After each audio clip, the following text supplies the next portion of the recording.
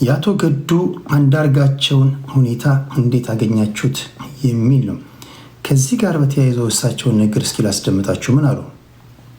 ለዚህ ሀገር ለመኖር መስራት አለብህ። እኔም እንደዛ ነው እያደረግኩ ያለሁት። እንግዲህ ሰዎቹ ይህንን ያቀረጹ ሰዎች ምንፈልገው እንደሆነ በእውነቱ አላወቁም። ነገር ግን እኔ በዚህ አጋጣሚ መግለጽ የምፈልገው ምንድን ነው፣ እኔ አንድ ግለሰብ ነኝ።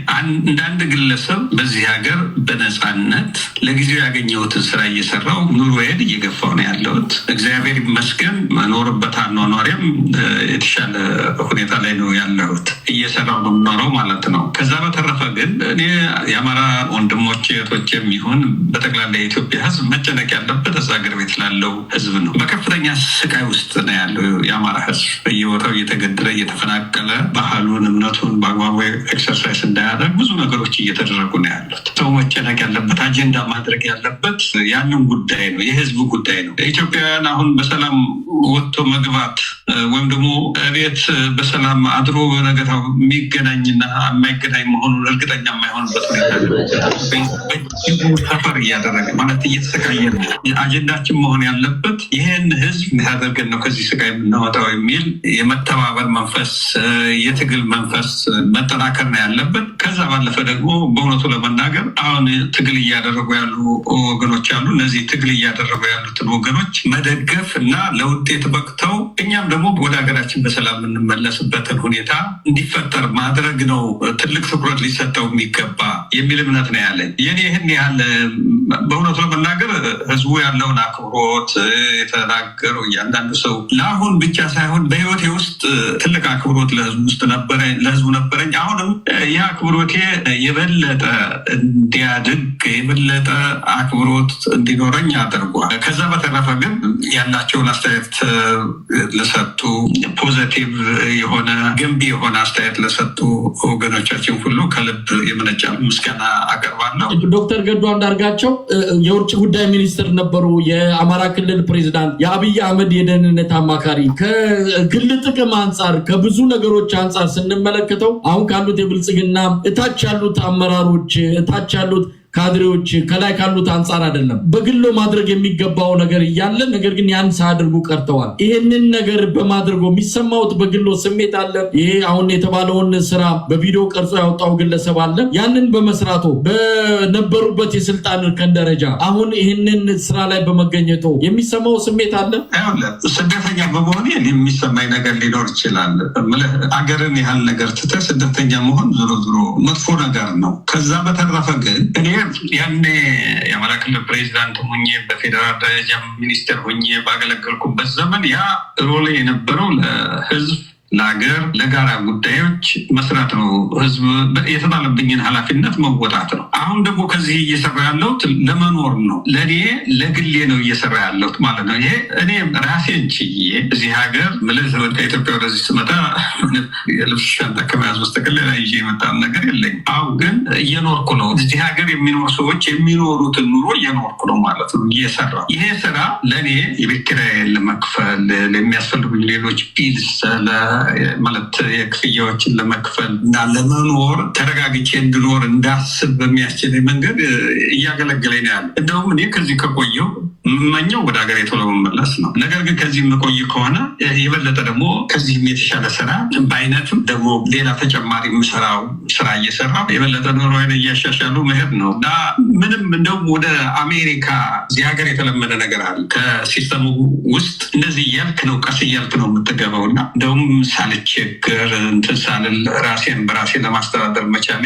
በእውነቱ ለመናገር ኩራት ነው የሚሰማኝ፣ ክብር ነው የሚሰማኝ። ዶክተር ገዱ አንዳርጋቸው በኢህአዴግም ጊዜ ነበሩ፣ በብልጽግናም ጊዜ ነበሩ። ሀብት ለማግኘት ገንዘብ ለቤተሰብም ለራሱም ለወደፊት ለጡረታም ይሆን ለማትረፍና ለማቆየት እድሉ ነበረ።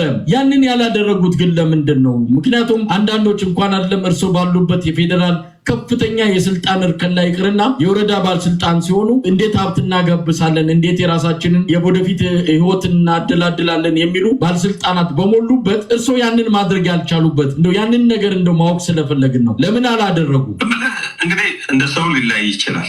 ህገ ወጥ እኮ ነው። እንድታስተዳድር ነው የተሰጠህ እንጂ ለግል ጥቅም ልታውለው አለ ማለት። በዛ የምሰራበት ጊዜ መንግስት ደመወዝ ይከፍለኝ የሚከፈለኝ እንደሌላው መንግስት ሰራተኛ።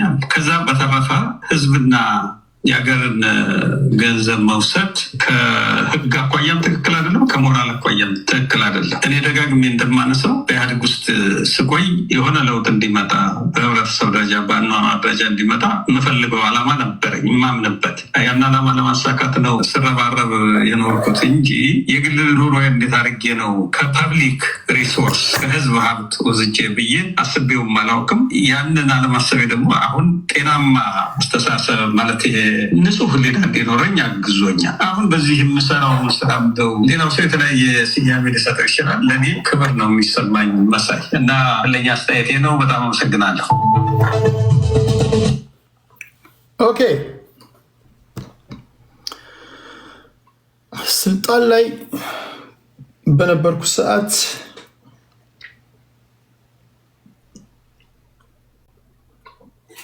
ህዝብና እኔ ምን አይነት ባህሪ ያለኝ መሰላችሁ? እኔ አይዶን ነው እኔ ማቃቸው ሰዎች እንኳን አይደለም ዝም ብዬ ማቃቸው ሰዎች እንኳን በሆነ አጋጣሚ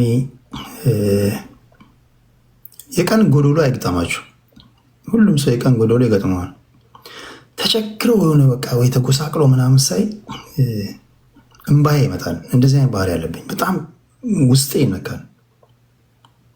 ምንም ስለሆነ አይደለም። በቃ ሰውዬው እኮ ላቀኝ ይችላል። እኔ ማቀው በአንድ ወቅት የሆነ ጥሩ ቦታ ላይ የነበረ ሰውዬ የሆነ ነገር ገጥሞት ምናምን ተጎሳቅሎ ምናምን ካዩኝ ያሳዝነኛል። የበደለኝ ሰው እንኳን ቢሆን ያሳዝነኛል። ለምን እንደሆነ አላውቅም። እንደዚህ አይነት ፊሊንግ አለብኝ። አሁን ወደ ፖለቲካው እንምጣ። ፖለቲካውን ትንሽ ጠጠር ብላችሁ የምተነትኑት ነገር ነው። ሰብአዊ ስሜቱ እንዳለ ሆኖ ጠጠር ብላችሁ የምታወሩት ነገር ነው። ከፖለቲካ አንጻር የአቶ ገዱ አንዳርጋቸውን ነባራዊ ሁኔታ እንዴት አያችሁት? እሺ፣ ዳኒ እስራኤል አለ፣ ሳሚ ዛክሱማይት አለ፣ አፍሪካ ጎንደር አለች፣ ጌታሁን ደጉዬ አለ። እዚህ ውስጥ ያላችሁ 280 ሰዎች እዚህ የምትታዩኝ ለእናንተ በስልክ እየደወላችሁ የምትሳተፉበትን ስልክ ቁጥር እዚህ ጋር አስቀምጬላችኋለሁ። በፖለቲካዊ ቋንቋ የተዋዛ አረፍተ ነገር ነው ከአንደበታችሁ ማውጣት ያለባችሁ። ያው ታውቃላችሁ የቤቱን ሕግ ልቦናችሁ ያሳያችሁ እንድትናገሩ ፈቅድላችኋለሁ። ከዛ ጊዜ ካገኘን ወደ ጽምዶ ጉዳይ እንመጣለን። ጊዜ ካላገኘን የጽምዶውን ጉዳይ ከ8-9 ሰዓት በኋላ ከእውቁ ፖለቲከኛ አክቲቪስት አሉላ ሰለሞን ጋር እሱን ይዤ ይቀርባለሁ። ከእሱ ጋር ቆይታ ካደረግኩኝ በኋላ ከፖለቲከኞች ጋር እስክንድር ነጋ፣ አንዳርጋቸው ጽጌ የተናገሩትን ንግግር፣ የህዝባዊ ወያኔ ሓርነት ትግራይ ያወጣውን መግለጫ፣ ኦሉሴጉን ኦባሳንጆን አስመልክቶ ያወጡትን መግለጫ አካተን ወደ በኋላ አካባቢ የምናወራ ይሆናል። ታፕታፑን 100,000 አስገቡት። ታፕታፕ እያደረጋችሁ ላላችሁ ከልብ ነው የማመሰግነው። አንድ ሰው ስልክ ላስገባና ወደ እናንተ እመጣለሁ።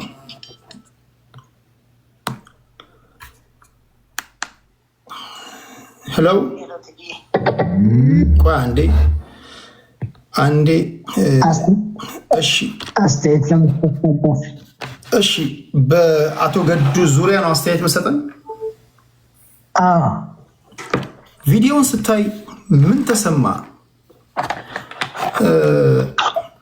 እስኪ የተሰማ ነገር ቪዲዮውን እንዳየሁ ማለት ነው የተሰማኝ ምን መሰለህ ቴዲዬ፣ አንተ ባልከው ስሜት ነው የተሰማኝ። በጣም ነው ያዘንኩት። በጣም ፊል አደረግኩኝ።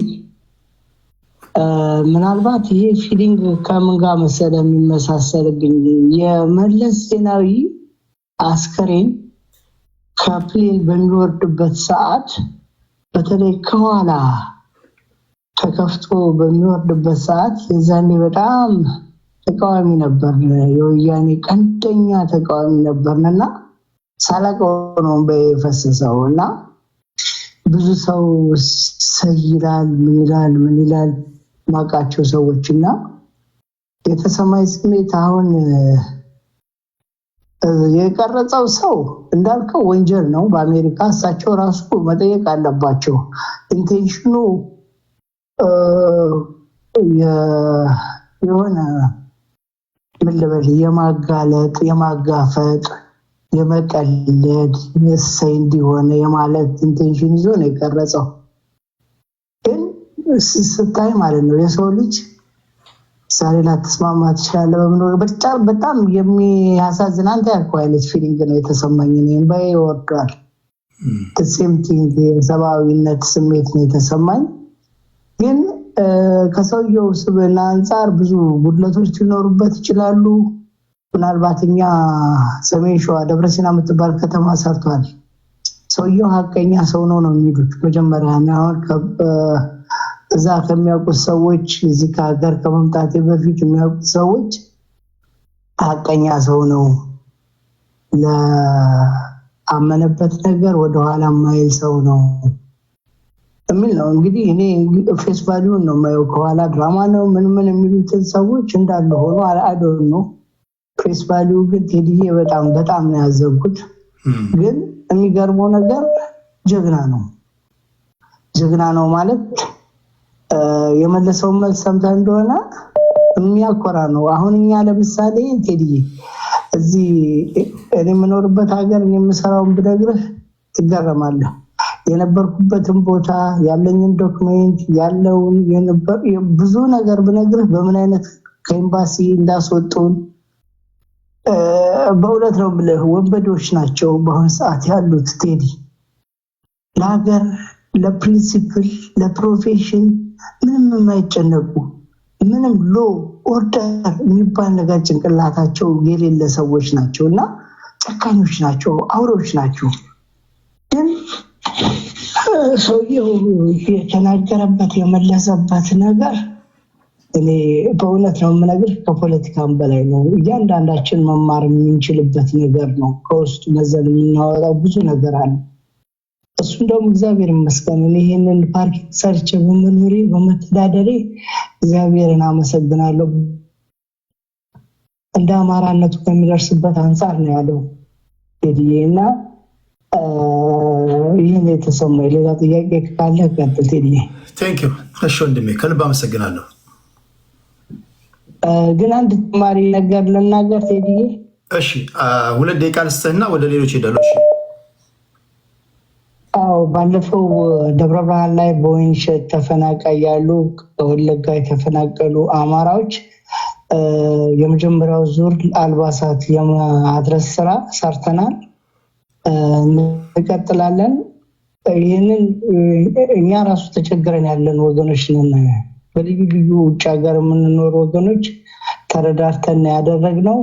አሁንም ያማፈናቀሉ ስራ እንደቀጠለ ነው። እንደምታዩት ሰሞኑን ሌላ ተጨማሪ ያለው ችግር አይመለሱም ብሎ መንግስት እንዳቋም መስተዳድር ውስጥ ገብተን ጠይቀን እነዚህ ሰዎች እንዴት ነው የሚቋቋሙት ብለን ብንጠይቅም እሺ ሳይሉ አይመለሱም ብለው ኦልሞስት 35,000 በላይ ማለት ነው ተፈናቃይ ነው ያለው። በአምስቱ መጠለያ ጣቢያ ከአዲስ አበባ ከሸገር ሲቲ የተፈናቀሉ አሉ። ቤታቸው ተፈናቅለው ከወለጋ የተፈናቀሉ አሉ። ከሂውማኒቴሪያን ፖይንት ኦፍ ቪው ብቻ ብታየው ምስቅልቅል ነው እና እግዚአብሔር የረዳችሁ እግዚአብሔርን የምታምኑ በምታምኑት እምነት ክርስቶስን የምታምኑ ወገኖች እነዚህን ተፈናቃዮች በአንድም በሌላ መልኩ እባካችሁ አምፕሊፋይ አድርጉ፣ ድምጻቸው እንዲሰማ አድርጉ፣ እርዳታ አሰባስቡ፣ ድጋፍ አድርጉ።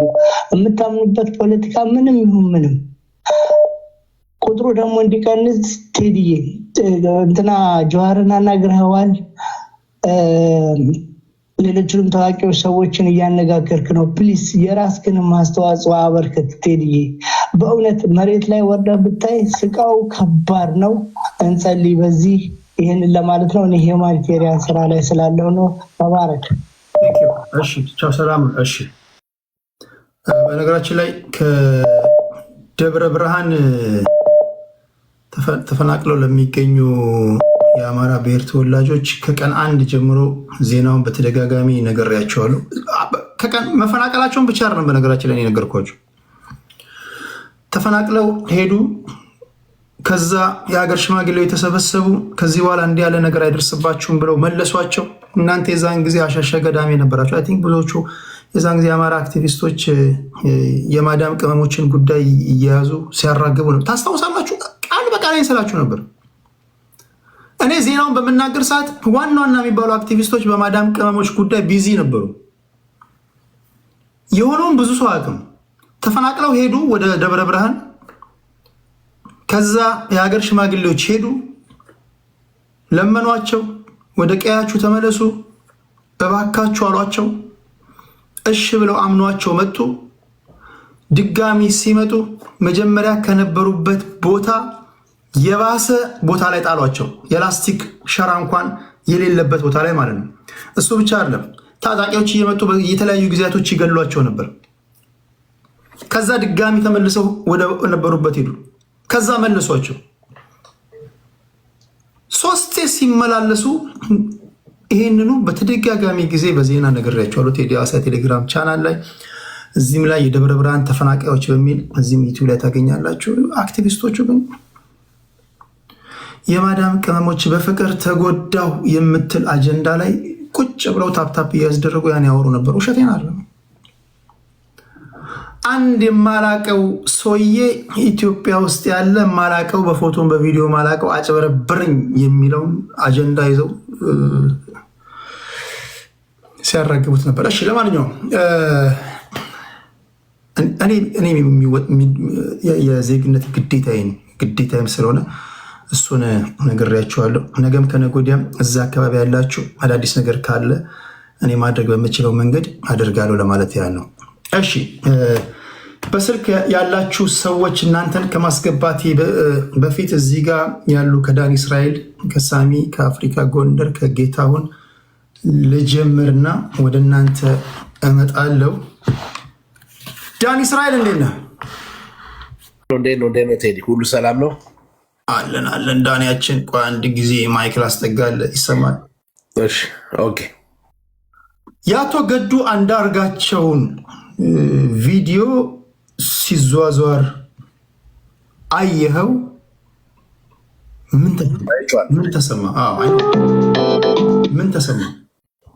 ኦኬ ያው እኔ የአቶ ገዱ የፖለቲካ ኢዲዮሎጂያቸው፣ አመለካከታቸው፣ አገር ቤተሰብ ነገር ያው ብዙም በዛ ጉዳይ ላይ ምንም በፖለቲካ ደረጃ የምገባባቸው ሰው አይደለሁም።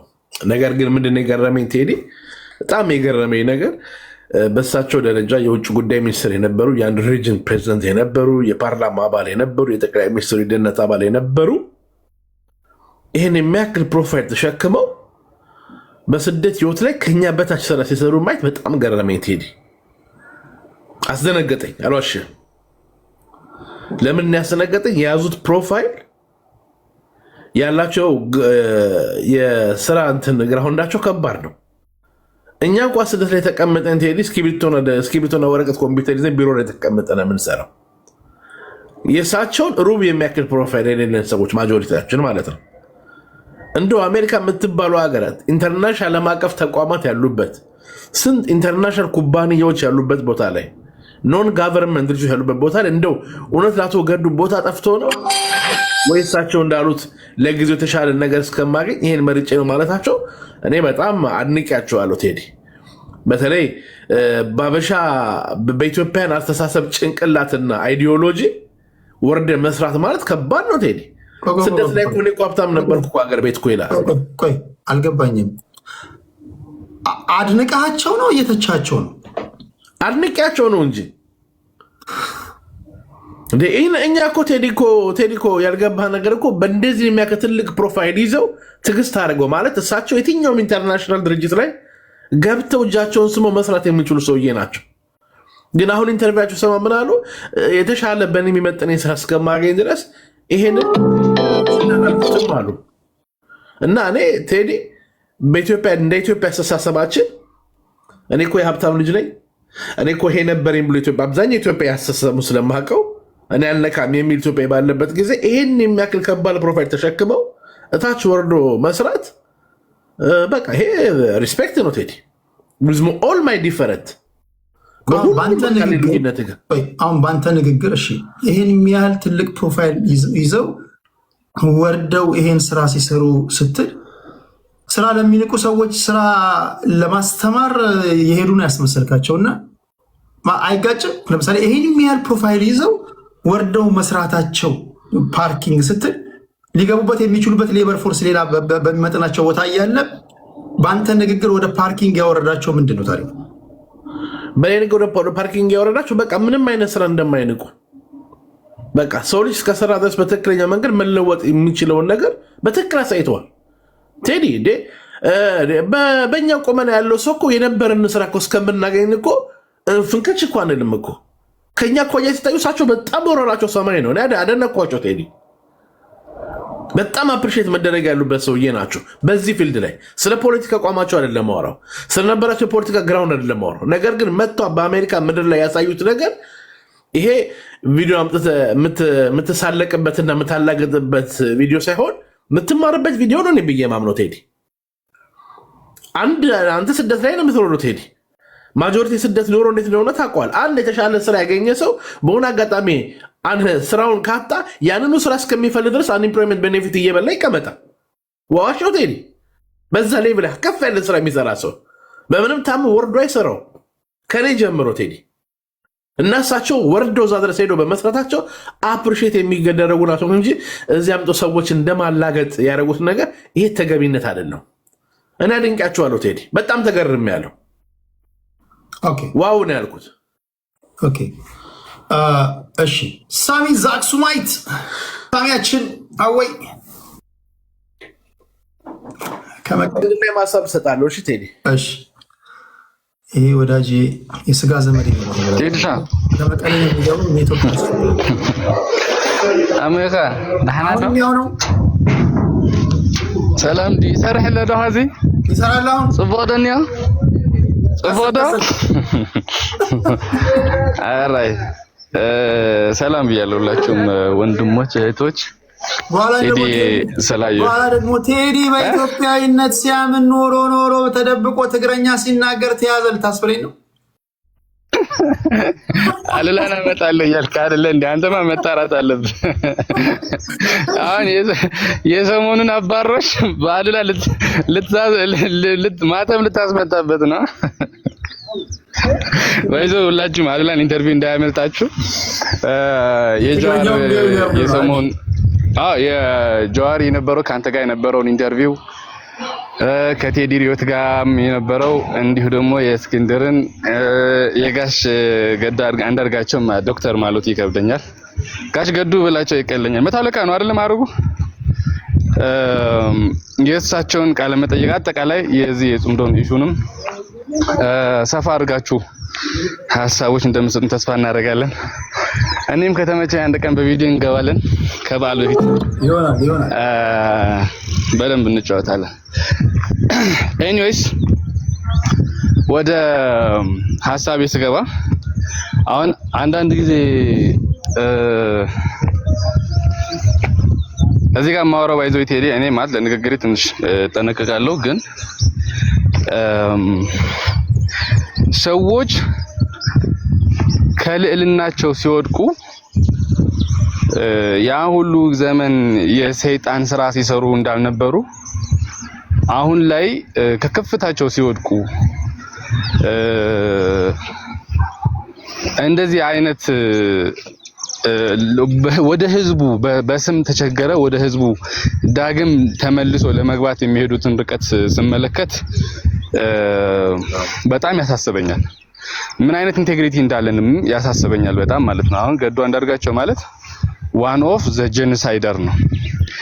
ከጄኖሳይድ ከፈጸሙ ሰዎች አንዱ ነው፣ መታወቅ ያለበት ማለት ነው። ተጠያቂ ከሚሆኑ ለህግ ከሚቀርቡ ሰዎች ደግሞ አንደኛው ነው። ይሄን ሰው በልመናም ሊተዳደር ይችላል። የጊዜ ጉዳይ ሆኖ እድል ቀንቶት ታማኝ ካድሬ ስለነበረ የአንድን ክልል ፕሬዝዳንት ሆኖ አገልግሏል። የጠቅላይ ሚኒስትሩም ክልሉን የተሻለ ተላላኪዎችን በሚያስፈልገው ሰዓት በደንብ አድርጎ ያገለገለ ሰው ነበረ።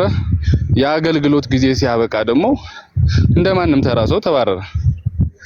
አሁን የትምህርት አቅሙ አሪፍ ቢሆን ኖሮ፣ የስብዕና ደረጃው ጥሩ ቢሆን ኖሮ፣ ከየትኛውም የዓለም አቀፍ ተቋማት ላይ ተቀራርቦ መስራት የሚችል ቢሆን ኖሮ መስራት ይችል ነበር። አንደኛ ነገር በሁለት ነገር መታየት አለበት። አንደኛ እነዚህ ፖለቲከኞች የሚሄዱበትን የሴራ አካሄድ መታወቅ አለበት። ገዱ አልዘረፈም ማለት አይደለም። ለምንድን ነው የማይዘርፈው? ዘርፎ ሀብቱን ለመደበቅ በሰራተኛ ሊሰራ ይችላል። እንዴት ነው እናንተ እንዳጣርጋችሁ 100% እርግጠኛ ሆናችሁት? የዘረፈውን ሀብት ደብቆ በጽዳን ሰራተኛ ሊሰራ እኮ ይችላል። ጊዜ እየጠበቀ ሊሆን ይችላል። ጥሩ ጊዜ ፈልጎ ገንዘቡን ኢንቨስት የሚያደርግበትን ጊዜ እየፈለገ ሊሆን ይችላል።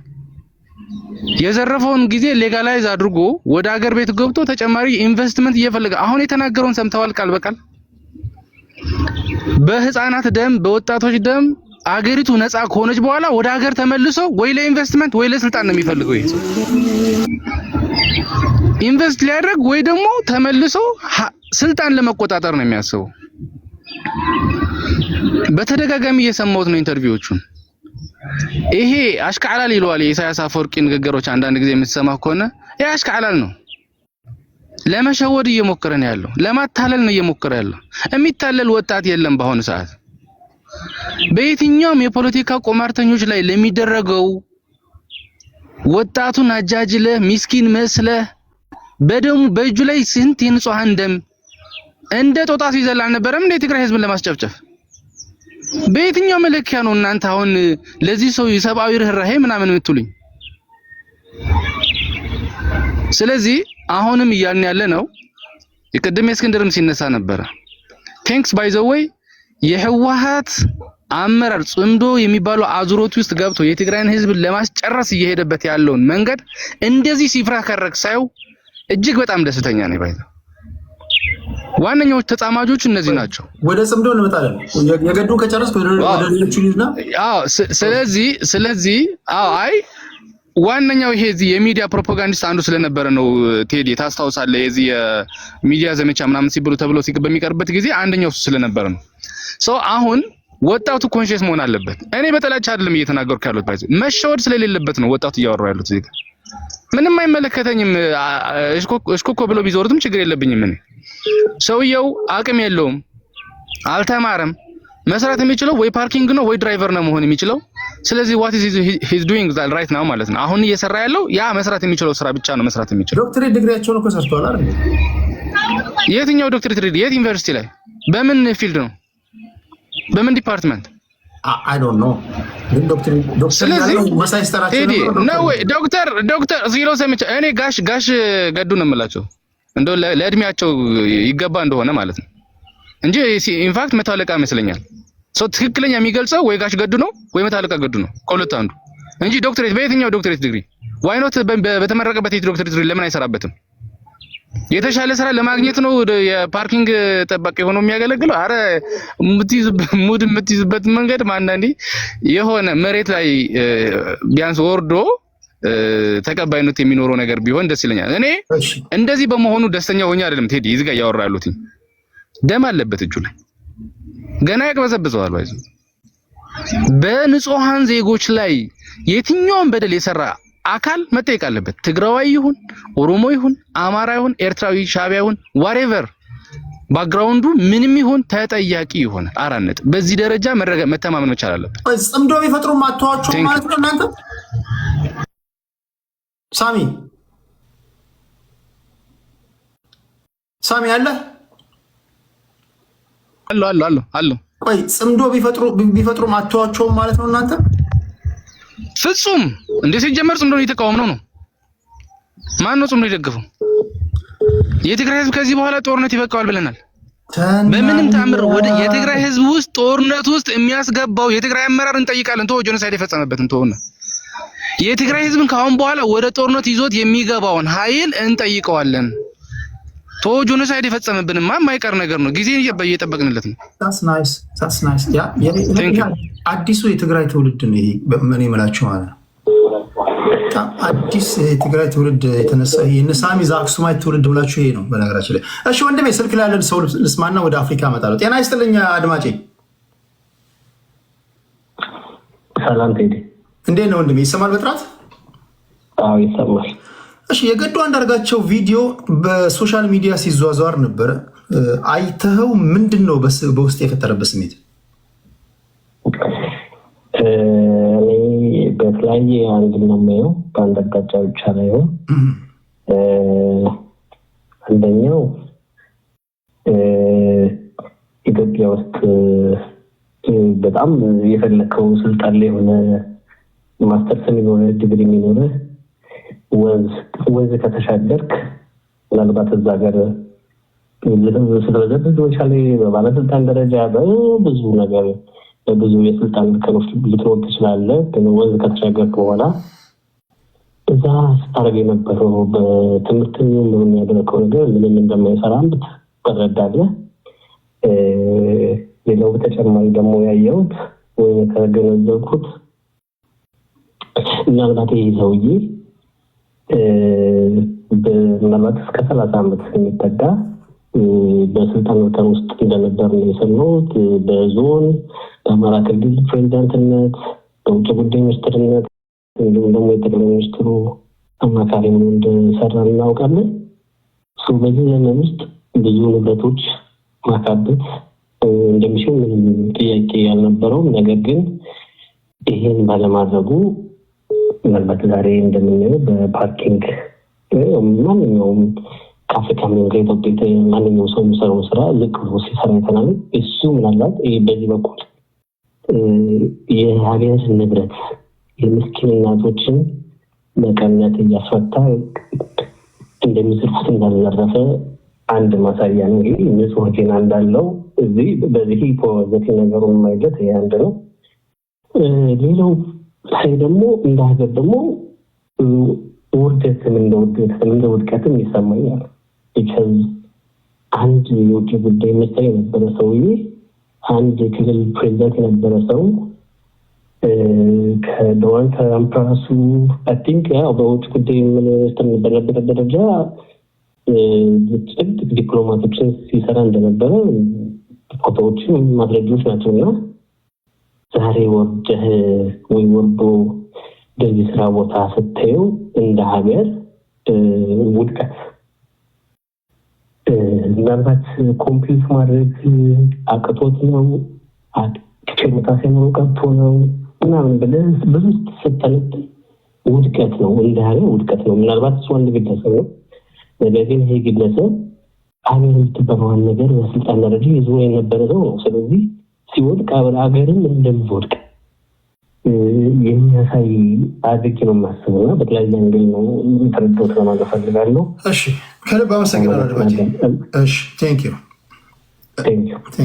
ይሄ በነፃነት ሀሳባችሁን ወደ አፍሪካ ልምጣና ስልክ ላለውን ወንድሜን ወይ እህቴን ወደ ላይ ከፍ አደርጋችኋለሁ። እሺ አፍሪካ ጎንደር። እሺ ምን ትያለሽ አንቺ እህታችን? ሰላም ጤና ይስጥልኝ ቴዲ፣ እንዴት ነህ? አለን። እድል ስለሰጠኝ አመሰግናለሁ። ምናልባት ወደ እንትን ከመሄደ በፊት የ30 ደቂቃ አንድ ነገር ላሰማህ የገዱን ንግግርና ስለ በቀል 30 ሰከንድ ኦኬ። ፓርላማ ነው እንደብዬ ነው። እሺ የሁለቱንም ወረዳ ህዝብ በሚጠቅም መንገድ የጸገዴንና የጠገዴን የወሰን ችግር የባህሪና የህወሓት አመራሮች በጋራ ተነጋግረን ዳግም ላይመለስ ለመጨረሻ ጊዜ መፍትሄ ሰጥተነዋል። እንኳን ደስ አላችሁ፣ እንኳን ደስ አለን ይላል። ያ 30 ሰከንድ አይሞላም። ይሄ እንግዲህ 2008 ላይ ኦር 2009 በኢትዮጵያ አቆጣጠር ላይ የትግራይ የክልል ፕሬዚዳንት ከነበሩ ሰውዬ ጋር የጸገዴ ወልቃይት ጸገዴ መሬት ፈርመው ህዝቡን ሲያስረክቡ ርስታችንን ማንነታችንን በአደባባይ ፈርመው የሸጡበት ሂደት ላይ የተናገሩት ንግግር ነው። ስለ በቀል አይደለም ማወራው፣ ሚስ አንደርስቱድ እንዳታረገኝ እና አሁን እዚህ ንግግራቸው ላይ ለአንዴና ለመጨረሻ ጊዜ ብለው ይናገራሉ። ያ ህዝብ ማለት የወልቃይት ጠገዴ ህዝብ ማለት ለ40 ዓመት ያኔ ይህን ሲፈርሙበት ሊትራሊ ወደ 38 39 ዓመት ሆኖታል ተከዜን ተሻግሮ ህወሓት ከመጣ ስልጣን ከያዘበት ሳይሆን ተከዜን ተሻግሮ ወልቃይት ላይ ወረራ ከመፈጸመበት በኋላ ማለት ነውና አፍተር 38 37 years እሳቸው መጥተው ያጸደቁበት ዕለት ነበረ ያኔ። እና አሁን ቅድም ወንድማችን ሳሚ ዛክስማይት ወዳለው መጣለሁ። ምን አይነት ይሄ ባዕዴንነት ማለት ምን አይነት በጣም አስከፊ የሆነ በሁለት ቢላ የሚያስወጋ ማንነት እንደሆነ ለማሳየት ፈልጌ ነው። ዘን እንደዛ የሸጡት ማህበረሰብ በፊርማቸው እንግዲህ ያው በመልካም አስተዳደር በወሰንና ማንነት አስተዳደር ምናምን በሚል የፖለቲካ ቋንቋ የተሸጠ ነገር ግን ህዝብን ለአፓርታይድ ስርዓት አሳልፎ የሚሰጥን ሰነድ ፈርመው የሰጡ ሰው ናቸው። በሰዓቱ ከነበሩት የትግራይ ክልል ፕሬዝዳንት ከነበሩ ሰዎች ጋር ማለት ነው። አሚን ላይክ እንደኔ አካባቢውን ለማውቀው መከራውን ለሚያውቀው ኢትስ ላይክ ፔንፉል ነገር ነው። ዛሬ ይህ ሰውዬ ብላሁን ይሄ ስለ ሙስና ገንዘብ አልሰረቁ ምናምን እሱ ጀስት ከዛ በላይ ብዙ ማየት መዳሰስ ማቅረብ የምንችለው ዶክመንት ስላለ ችግር የለውም። ምክንያቱም የጸደይ ባንክ የቦርድ ሰብሳቢ የነበረ ሰውዬ ምንም ገንዘብ ንብረት አላፈራም ምንም ነገር የለውም ምናምን ቢባል እንትን አይደለም። ምክንያቱም በኢትዮጵያ ወይም በአፍሪካ ፖለቲካ ውስጥ ፕሮፋይል የምትገነባው በስርዓቱ ምንም ተጠቃሚ እንዳልሆን ካስመስለህ ነው የምትሰራው። እሳቸው ገንዘብ ዘርፈዋል ወይም አልዘረፉም ወደሚለው አልገባም። በኢትዮጵያ ፖለቲካ ውስጥ ግን የመጀመሪያውና የመጨረሻው ሙሰኛ ሰው ናቸው። ምክንያቱም ሙስና ማለት ህንፃ መስራት፣ ገንዘብ ማጋፈፍ ምናምን ብቻ አይደለም።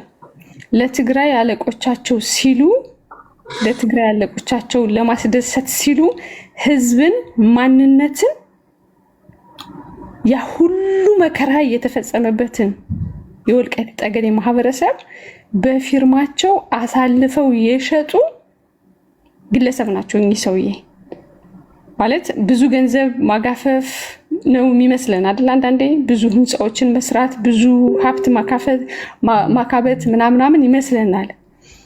ነገር ግን የእሳቸው ከዚያም በላይ ነው። ህዝብን ማንነት ስለዚህ አሁን ይሄ በአንቺ ትንታኔ እየሰሩት የግፍ ውጤት ነው እያልሻለሽ ወይስ ነው? አይደለም፣ ወደዛ እንደዛ አላምንም በግፍም። ምክንያቱም በቀል የእግዚአብሔር ነው። በማንኛውም መንገድ የሚበቀለው እግዚአብሔር ነው። እንዲያውም አሁን እንኳን በቀል ነው ልል ቀርጦ ማለት ነው ቴዲ እግዚአብሔርን ማመስገን አለባቸው ነው የምለው። ምክንያቱም ለአመታት በግፍ የተረሸኑ ሰዎችን ፍትህ በሚጠየቅበት ወሳኝ ሰዓት ላይ የወልቃይት ጠገዴን አሳልፈው በፊርማ የሰጡ ሰዎች ናቸው። አትሊስት ይህ ሰውዬ በህይወት አሉ። አትሊስት ይህ ሰውዬ እጅግር ሙሉ ጤና አላቸው። ቅድም እንዳሉት እሳቸውም ትክክል ናቸው። ገዱ አንዳርጋቸው ተመስገን በል። ምንም ውርደት የለውም። ሁላችንም ትምህርታችን እስከምንጨርስ ቤተሰቦቻችን የሆነ ነገር ለመርዳት ምናምን እንኳን ፓርኪንግ ከዚህ የከፋ ስራ እንኳን ህንፃ ውስጥ የሚሰራ ቀርቶ ፀሐይ እየመታቸው ብዙ ሰዎች ይሰራሉ አይደል? ትልልቅ አባቶች፣ ትልልቅ አጎቶች ምናምን ከውጭ ይሰራሉ። ስለዚህ ተመስገን ነው ማለት ያለባቸው። ይሄ ሰውዬ እግዚአብሔር የተመሰገነ ይሁን። ያን ሁሉ ነገር ሰርቼ ዛሬም እግዚአብሔር በሙሉ ግርማ ሞገስ በሙሉ ጤና አቁሞኝ ይህን ስራ ስለሰራው አመሰግናለሁ ማለት ነው ያለባቸው። ይህ ሰውዬ እልል ማለት ነው ያለባቸው። ተንበርክተው ጧትና ማታ እግዚአብሔርን ማመስገን አለባቸው ብዬ ነው የማስበው። ኢትስ ናት አባውት በቀል። ነገር ግን ፖለቲካሊ ደግሞ ስንመጣ አሁን ለምሳሌ ቅድም ሳሚ አክሱማዊት የተናገረው ነገር አለ። ይህ ሰው የጄኖሳይደር ናቸው ብሏል። በጣም አስቂኝ ነገር ነው። ምክንያቱም ህዝባቸውን ለመከላከልም ሲሄዱ አሳልፈውም ወልቃይት ጠገዴን ፈርመው ሲሰጡ አየህ፣ በአዴንነት በሁለት ቢላዋ የሚያስወጋ ማንነት ነው።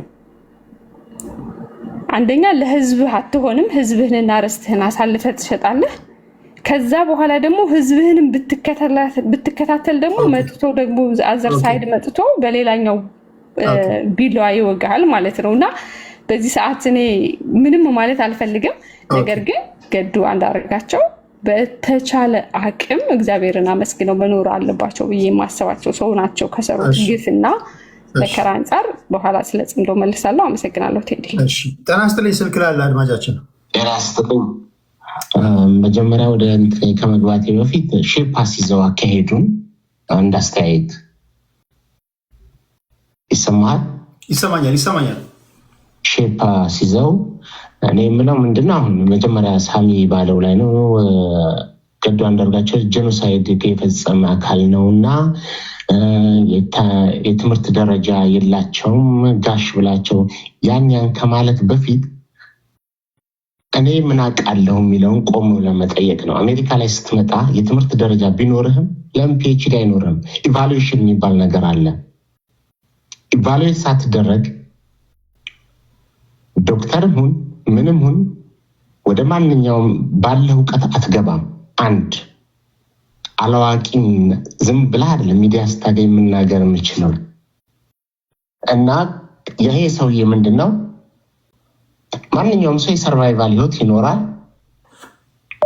የሚኖረው ማናናሩ ፓርኪንግ ጥሩ ስራ ነው፣ የምንቀው ስራ አይደለም። ማንኛውም መነሻው ስራ ማንኛውም ተራ ስራ አሜሪካ ላይ ምንም አይነት ስራ የለም። እውቀትም ኖሮ አልኖረህም ማንኛውም ስራ ትሰራለህ። ይህ ትምህርት ብቃት ስለሌለው ነው። ይሄ ሰው የትናንትና ነው የመጣው። 6 ወር ወይ 1 ዓመት ነው የሚሆነው። ከትናንት ወዲያ ፓርላማ የተናገረውን ንግግርስ ምን ብሎ ነበር? ፓርላማ ላይ ገዱ አንዳርጋቸው ለዚህ ያበቃውስ ምንድን ነው የሚለውን ነገር ያውቀዋል? አያውቀውም። ገዱ አንዳርጋቸው በዚህ በሰሩት ስራ እኔ በጣም የሚደነቅ የሚበረታታ ስራ ነው። በጣም የሚናቅ ነገር አለም። ጥቡቀት ቀስ ብለው የመሳይ ጋም በስልክ ንግግር ያደረጉት አለ። እንደ መሸጋገሪያ ነው፣ ብሪጅ ነው። በቃ ይሄ ፓርኪንግ የገቡበት ስራ ብሪጅ ነው። ለገጣት የሆነ ቦታ ላይ እንደሚደርሱ ማንኛችንም በእርግጠኝነት አንተ 2ኛ 3ኛ ይዛቸው ተቀርባለህ ብዬ አስባለሁ። የሆነ ደረጃ ላይ ደግሞ ደርሰው ያይታል። 3ኛ የትግራይን ህዝብ አስጨርሰዋል። ጄኖሳይድ የትግራይ ህዝብ እኮ ለአማራ ላይ ጄኖሳይድ እኮ የፈጸመው እኮ አሁን ዛሬ አይደለም። የዛሬ 30 ዓመት አኖሌ ላይ ሐውልት ጡት አማራ ቆርጧል ሲል እኮ እስቲ ወለጋ የሚቆረጠውና እኮ አኖሌ የሚቆረጠው ህዝባችን እኮ ደብረ ብርሃን ተፈናቀለ የሚባለው እኮ ያኖሌ ርዝራዥና ያኖሌ የሐውልት መቆም እኮ ይህንን ለምንድን ነው የማናውቀው? ይህንን ዞር ብለን ማሰብ አለብን። ያኖሌ ምንድን ነው? ቧንቧ ነው እንደ ያኖሌ ሐውልቱ? ወይስ ማር ነው የሚዘንብበት? ወይስ ምን ቅቤ ነው የሚወጣበት? መርዝ ነው የተተከለው። ይህም ማን ነው የተከለው? ህወሓት ነው። ቆም ብለን ማሰብ አለብን። ለማን ነው ህወሓት የተከለው?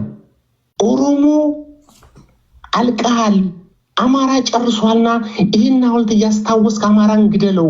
ይኸው ዛሬ ድረስ እየገደለው ነው። ይህንን ቆም ብለን ማሰብ መቻል አለብን። ዝም ብለን በደመ ነፍስ አይደለም መጓዝ ያለብን። ለሳሚ አድርስልኝ። ቀጣይ ለእህቴ ባለችው ጉዳይ ወልቃይት ጠገዴ በነበራቸው ሽግግር ላይ ማንኛውም ሰው ሽግግር ሲያዝ በነበረው ባለስልጣን ላይ ወልቃይት ጠገዴም እንደገና ሌላ ጣፋንታ ይድረሰው እንደ ህዝቡ ይለቅ። ቀስ ብለው ነው የራሳቸው የፖለቲካ ሲስተም ነው። መጨረሻ ላይ ጥምረት ፈጥረው ጥለውት ነበር ወያኔ። ለዚህ ነው ጥምረት ስህተት ውስጥ እንዳለ ያውቃሉ። ሲሰጡት እኮ ወደው አይደለም በግዳጅ ነው የፈረሙለት። ወልቃይት ጠገዴ እኮ በግዳጅ ተፈረመ። ግን ቀስ ብለው ውስጡን አሸጋግረው እዚህ ላይ ጥለውት ነበር። ዛሬ ላይ ስትሉት ግን እምነት ከዳቸው። አማራን ጊዜ ያለን የተከዳው 2 ጊዜ ተከዳ። 3ኛው ትውልድ እየመጣ ነው። ይሄ ትውልድ ግን መቼም የማይከዳ መቼም የማይሸወድ መቼም በእውቀት የተሞላ በሁሉ ነገር በቃ የማይሸወድ እንዴ። ከጠራን እኮ ገዱ እነ ተመስገን ጥሩነህ ምንድን ነው የሚሰሩት? እናገኘው ተሻገር ምንድን ነው የሚያደርጉት? እነ ደመቀ መኮንን ምንድን ነው የሚያደርጉት? ገዱ ላይ አይደለም መጮ። ገዱማ በስነ ስርዓት ፓርላማውን አስደምመውት ገዢው ስርዓት ግንባራቸውን ብሎ ቢገላቸው ደስ ይለው ነበር። ግን አምልጠው ፈጣሪ ስለወደዳቸው እዛ መጥተው የሚኖሩት ፊት ለፊት ተዋግተውት ነው የመጡት እና ሊደነቁ ሐውልት ሊቆምላቸው ይገባል። ማንም ይሄን ነገር ያለው የለም።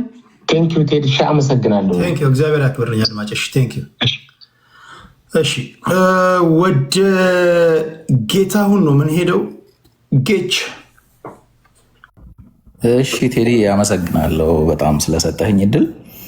እኔ ሞር ኦፍ አፍሪካ ወደ ተናገረችው ነው የምሄደው። አብዛኛውን ሁሉንም ሳይሆን አብዛኛውን ሀሳብ እጋራለሁ። ምክንያቱም ትንሽ ለየት ባለ ሁኔታ ነው ያየሁት። አንደኛ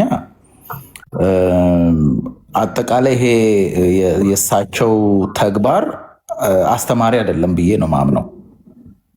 ምክንያቱም ትውልድ መማር ያለበት አንድ ሰው ፒኤችዲ ይዞ ፓርኪንግ ሲሰራ እንዲከበር ሳይሆን ትውልድ መማር ያለበት የሚገባውን አቅሙን ቢልድ አድርጎ ስኪሉን ቢልድ አድርጎ በስደትም ሀገር ይሁን ሀገሩ ላይ ባለው የትምህርት ደረጃ እና የስኪል ሌቭል ሲሰራ ነው አፕሪሺየት መደረግ ያለበት።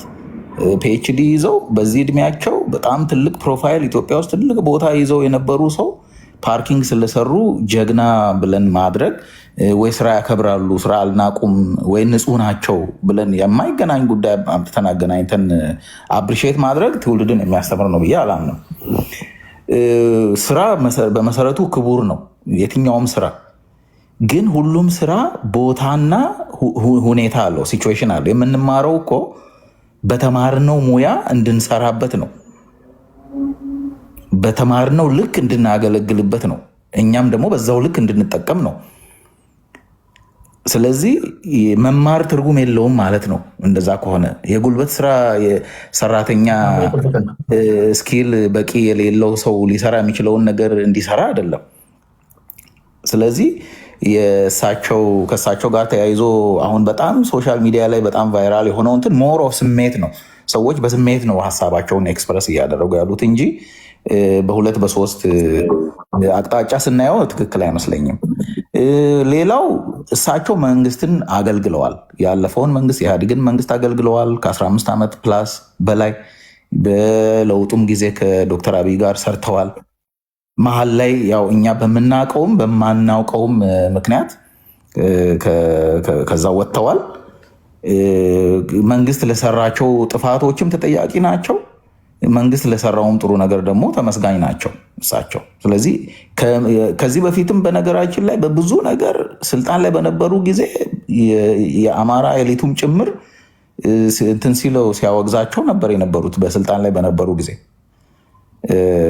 በነበራቸው ኮንትሪቢሽን ማለት ነው። በትግራይ ጦርነት ጊዜ ሊሆን ይችላል። ከዛ በፊትም በነበራቸው በየሌቭሉ ባገለገሉበት ወቅት በጣም ሲወገዙ ነበረ በራሱ በአማራ ሊቃን በተለያዩ አጀንዳዎች ዙሪያ እና አሁን ዛሬ ፓርኪንግ ላይ የሰሩ ስለተገኙ ንጹህ ናቸው ብሎ ማለት ጀግና ናቸው ብሎ ማለት ይሄ ትንሽ እንደ ፖለቲከኛ ብዙ የሚዋጥልኝ ሆኖ አላገኘሁትም እና ሞር ሀሳቤን ከምደጋግም ብዬ ነው ሌሎች እንዲናገሩ ድል ለመስጠት ቅድም አፍሪካ ወዳለችው ሀሳብ ሞር ስለሚወስደኝ ነው። ግን የእሳቸው አሁን ከረንት እኔ የሚታየኝ አንደኛ ወይ የአቅም ውስንነት አላቸው እንጂ በእሳቸው ሌቭል ሳይሆን ማንም ሰው እዚህ ሀገር መጥቶ ስኪል ያለው የተወሰነ ስኪል ያለው ሰው በጣም ፕሮፌሽናል ስራ ይሰራል።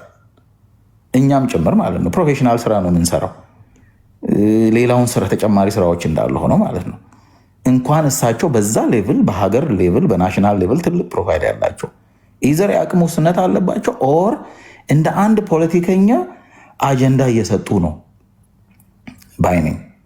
አጀንዳ እየሰጡ ነው ለሆነ እንትን ፕላን እያደረጉ ነው፣ የተዘጋጁ ነው። ለዛ ደግሞ አጀንዳ እየሰጡ ነው፣ ፕሮፋይል ቢልድ እያደረጉ ነው ብዬ ነው የምመለከተው። አመሰግናለሁ። ቴንክ ዩ ጌች። ጤና ይስጥልኝ አድማጬ። ሄሎ ሄሎ ቴዲ ሰላም አለን አለን። እሺ ምን ትላለህ አንተ ስለ አቶ ገዱ አንዳርጋቸው ስለተዘዋወረው ቪዲዮ? አዎ ሰው እኔ ትንሽ እያምታታው ይመስለኛል። ይሄ ስራ የመናቅ ያለ መናቅ ጉዳይ ብቻ አይደለም። ገዱ የሀገር ምልክት ነበር ማለት እንኳን ይከብዳል። ግን እንደተባለው he was high profile ኢትዮጵያ ውስጥ በነበሩ የአመራር ቁንጮች የነበረ ሰው ነው እና ይሄ የሀገር ኢሜጅ ራሱ እኮ ምርጥ ማሳያ ነው እኮ። ሌሎች በሱ ቦታ የነበሩ ሰዎች የት ይሰራሉ? አሁን አብዛኛው ሌሎች በሱ ደረጃ የነበሩ ሰዎች እንደሱ እንዲህ ወድቀዋል ወይ? በአማርኛ መሸ በከንቱ የሚባል አባባል አለ። በከንቱ የመሸበት ከንቱ ሰው ነው። እኔ ምንድነው የማስበው ከዚህ በላይ ሊሰራ አይችልም የትም ዓለም ቢሄድ። ለምን አማራ ክልል ላይ የነበሩ ባለስልጣናት አብዛኛው በአቅም በክህሎት በፕሮፌሽን ሳይሆን ይመለመሉ የነበሩት ምናልባትም እጅግ ተላላኪነት ነው ስብናቸው ውስጥ ያለ ብቻ ነው። ስለዚህ መክሊቱን አግኝቷል። ከሃዲ ነበር በደሞም ሊቀለብሰው በማይችል እዚህ እድሜው ላይ ይሄ መሆኑ እኔ ባይ ዘ ዌይ እንደ መጀመሪያ ተናጋሪ የሆነ ኢምፓቲ ላሳየው አልፈልግም። he deserves ሊማር ይገባል። አሁንም በአመራር ላይ ያሉ ሰዎች ሊማሩ ይገባል። ይህ አልበቃ ብሎ ደግሞ አርፎ መቀመጥ ሲገባው አሁንም ሳሚ እንዳለው ጄኖሳይደር ከሚሉ ሰዎች ጋር እንደገና ተልመጥምጬ እንደገና ጽምዶ ሁኜ ልመለስ ምን አይነት ስብና ነው? እኔ እሱ ገዱ ሊከራከሉ የሚሞክሩ ሰዎች በጣም ነው ግራ የሚገቡኝ። እንዴት ነው ገዱን ልትከራከርለት የምትችል? ይቅርታ እንኳን አላለም። ይቅርታ ፖለቲካ ይበቃኛል፣ ያስቀየምኩት ህዝብ አለ በዛም በዚህም ወገን so I'm living my own way ማለት የነበረበት ሰው ነበረ። ግን አሁንም ኢንቮልቭ ላርግ ከእንትን ጋር ተጣምጄ እንትን ልበል ምናምን። በነገራችን ላይ እኔ የብልጽግና ደጋፊ አይደለሁም፣ ብልጽግናን አምርሬ የምቃወም ሰው ነኝ። ገዱ ግን he deserves መክሊቱን ነው ያገኘ። ከዚህ በላይ ምንም ሊሆን የማይችል ሰው ነው። ምንም ሊሆን የማይችል ማገናዘብ የማይችል ነገን አርቆ ማሰብ የማይችል ሰው ነው። የሚገባውን መክሊቱን አግኝቷል። ምናልባትም ይሄም ሲበዛበት ነው ብዬ ነው የማስበው። ፕሮፌሽናል መሆን ማለት እኮ አትሊስት እንግሊዝኛ መናገር የመግባባት ችሎታ እንዲህ ያስፈልጋል። ሌላው ሰው እርግጠኛ ነኝ ይሄን ቢሰማ ኢትዮጵያ ውጭ ጉዳይ ሚኒስትር የነበረ ሰው የአንድ ክልል ፕሬዚዳንት የነበረ ሰው ፓርኪንግ ላይ ይሰራል ቢባል ማንም ሰው ሊያምን አይችልም በእርግጠኝነት። እንዴት ሊያምን ይችላል?